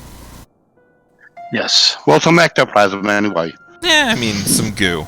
Topsy. Alrighty, Topsy is going to head over by her brother. And as they pass by the center point right there, I think she's going to shoot a arrow or two. And hopefully hit. You know what? That's advantage on Bryce's from where Topsy is. Yeah. Alright. Because it's like right between Darendil and Jimjar. And there's like super hella flanking. So yeah, we'll call it advantage. Cool. Hopefully she doesn't hit Prince Darendel, just saying. No guarantees.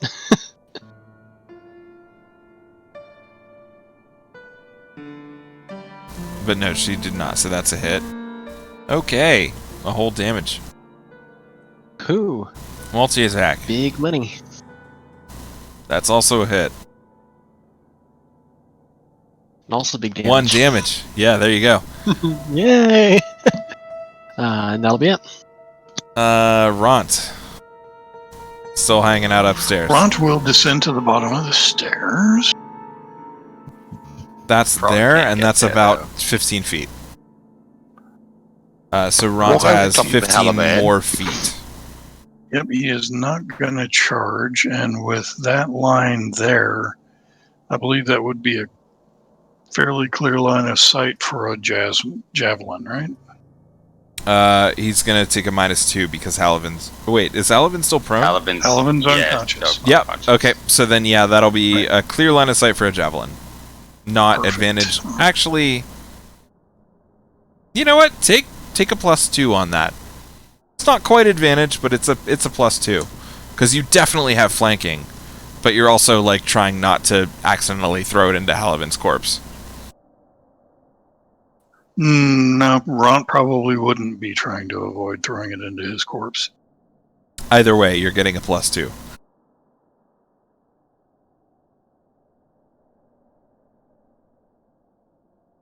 That'll hit.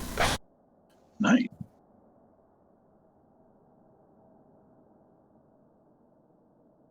Okay.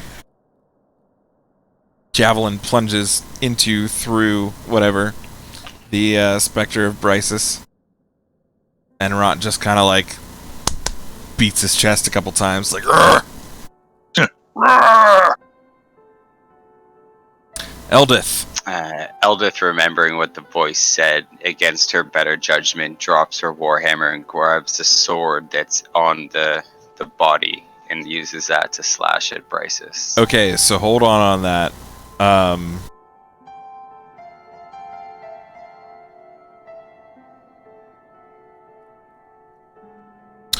Picking up the sword. If you want me to be able to use it, just give it to Thidriel and I'll attack from there. So when Eldith picks up the sword, or tries, let me say, when Eldith tries to pick up the sword, it becomes very hot in her hand and like burns her, and she can't just pick it up and use it immediately. Like it seems to sense her immediacy and not be okay with that. Okay. So I'm I'll gonna give say- you like she can then pick up her that's warhammer fine. again. If it burns my hand, she's gonna like her warhammer was already dropped. She's gonna like back off away. Like if her hand was burnt, she's gonna like back up to here. Well, hold no. up her So she shield, can and just, she can keep a grip on it. It's gonna do 1d4 damage to her, and she's gonna only it's get all the. good Okay. No, it's fine. What she's gonna like, you gotta let me role play my character, right? Yeah. Because what she's gonna do is like I said, it bends her better judgment. So now she grabbed this thing, it burnt her hand. What she's thinking is that she's done something fucking wrong, and she's she's pissed off somebody's ancestor. She's dropped everything. She's holding her shield up in front of her and backing away, looking at her hand in the corner, cowering. Okay. That's her turn. Okay. Yeah. I will give you more information on this later because there's a whole thing here.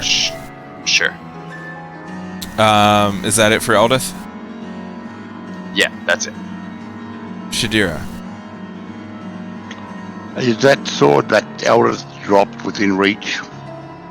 You'd have to move forward like 10 feet to like within melee range of Bryce's, basically. Yeah, well, I'll do that. Pick up the sword and use it on against Bryce's. Okay. As you pick up the sword, it gets hot in your hand. 1 second. Don't care. Still using to strike. Okay. Roll 1d4. Oh, yay. 3. What was that? 3? You're going to take 3 damage. Right. Do you have a melee attack? Yes, I do. Currently, like, are any of your things melee attack? Yeah. Okay, so just roll with that, the melee attack. With disadvantage. Yeah, it's gonna be automatic disadvantage.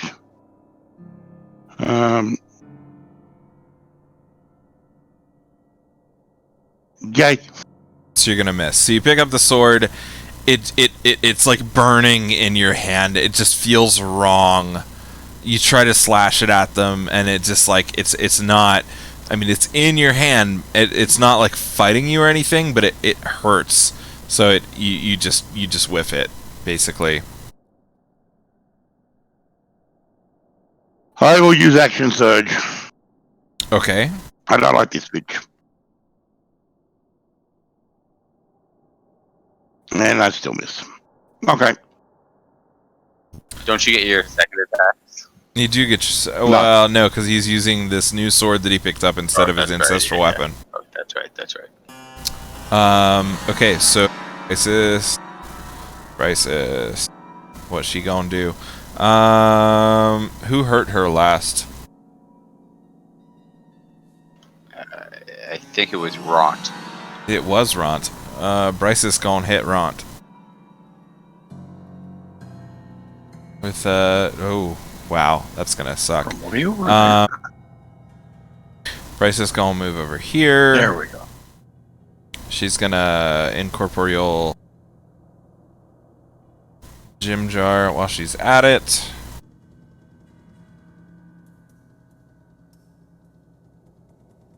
And then she is going to scream at Ront. Would the incorporeal gotten Halvin, or did she just hover over him? No, she hovered over him because he's prone on the floor. Yeah. Okay. So that hits Ron.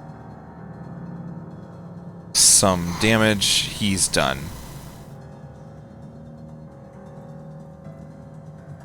So Ront is down, and then Thidriel. So Thidriel throws his crossbow, grabs his 3-section staff off his back, shakes it so it kind of unfolds into the 3 sections, and attacks. Okay. And misses. He'll use his unarmed you know, you strike do bonus have action. Well, you do have advantage, so roll that again. Oh, okay. Yep. My unarmed strike hits as well. Okay. But my first one... that hits. I'm giving you... Because Ront just went down, and Sereth is right over there, so it's like... It still, like, works in my head for the battle, you know? Okay. So those are my actions. I'm not going to move anywhere. That will be my turn. Okay. Shade. Alrighty. Let's see. Casting a spell. through people still gets me disadvantage, or still gets me -2 for going through people, correct? Well, with the amount of people you're going through, it's going to be disadvantage. Just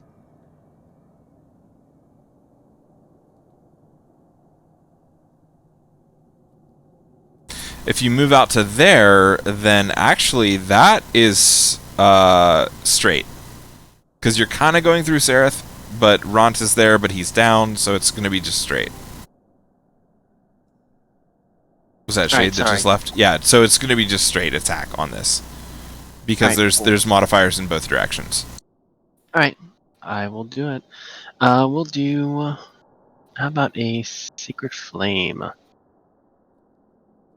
Okay. Fails the save. Do the damage. Got him.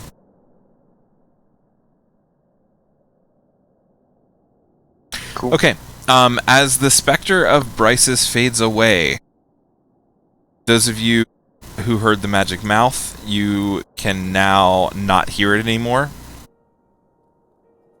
It's not screaming any longer. So you lose the curse, basically.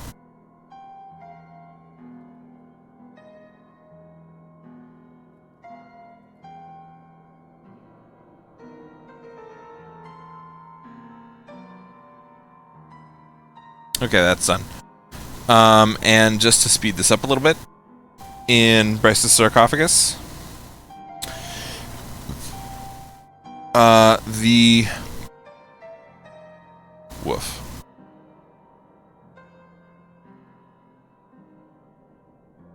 The thin gold sheath that was around the top of the sarcophagus, you managed to pry that off with not a lot of problems. Shadira, you now have a sword in your hand, a long sword. It is faux show magical, but it's going to take you probably like a long rest to figure out exactly what it does, right? Okay. You can hear, as you're holding it after it burned you and it stopped burning you, you can kind of hear like in the back of your head some like weird whispers, but not in a malicious way. And at this point you're just like, whatever. We'll pick it up next session. Is that fair? Like, Yep. That's fine. because it's going to take you some time to attune to this either way. Is anyone else going to investigate this room that you're in? no, Most I definitely. do want to use a medicals check just because I'm standing right next to him on Ront. Okay. Why don't we go ahead and say that you... okay, Stick my so finger up his nose. Yeah, right. You straight up stick your fingers in his nose. But what we're gonna do here is I'm gonna say you guys between the party managed to stabilize everyone that was unconscious to 1 hit point. Is that fair? Yep. Yeah.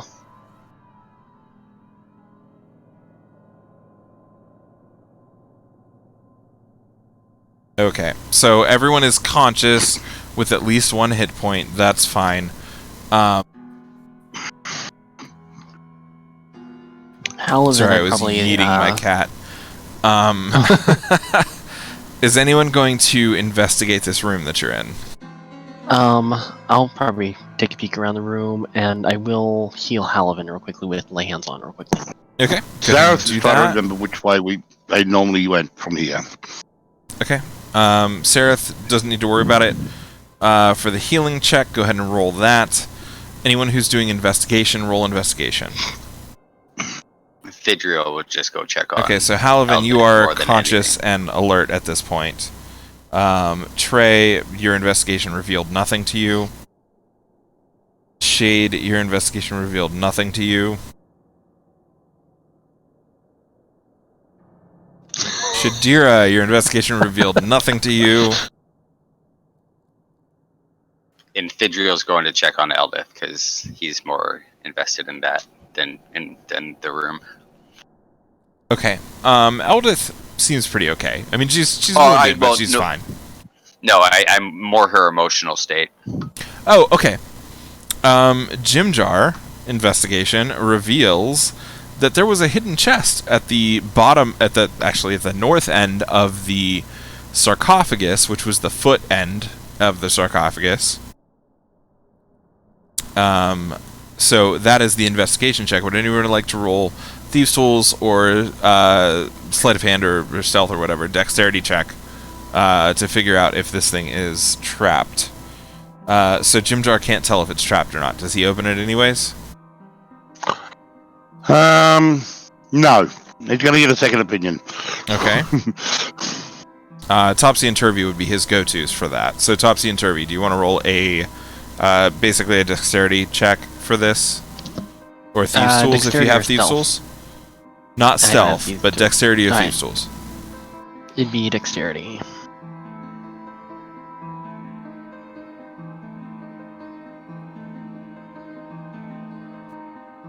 Okay, as far as you can tell, there aren't any chests. Or there are not any traps. Do you open it? Any of the three of you? Jim Jam will. Okay. Jimjar opens it, and you find the treasures that Bryce's took with Afterlife. Which is pretty fantastic.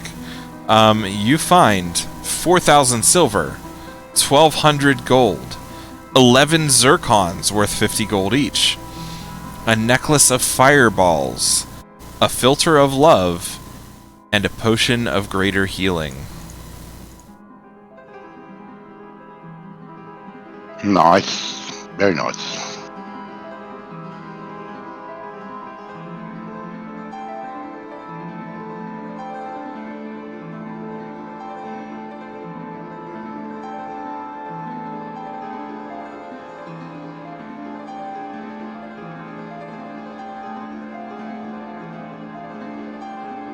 Okay. In addition to all of that,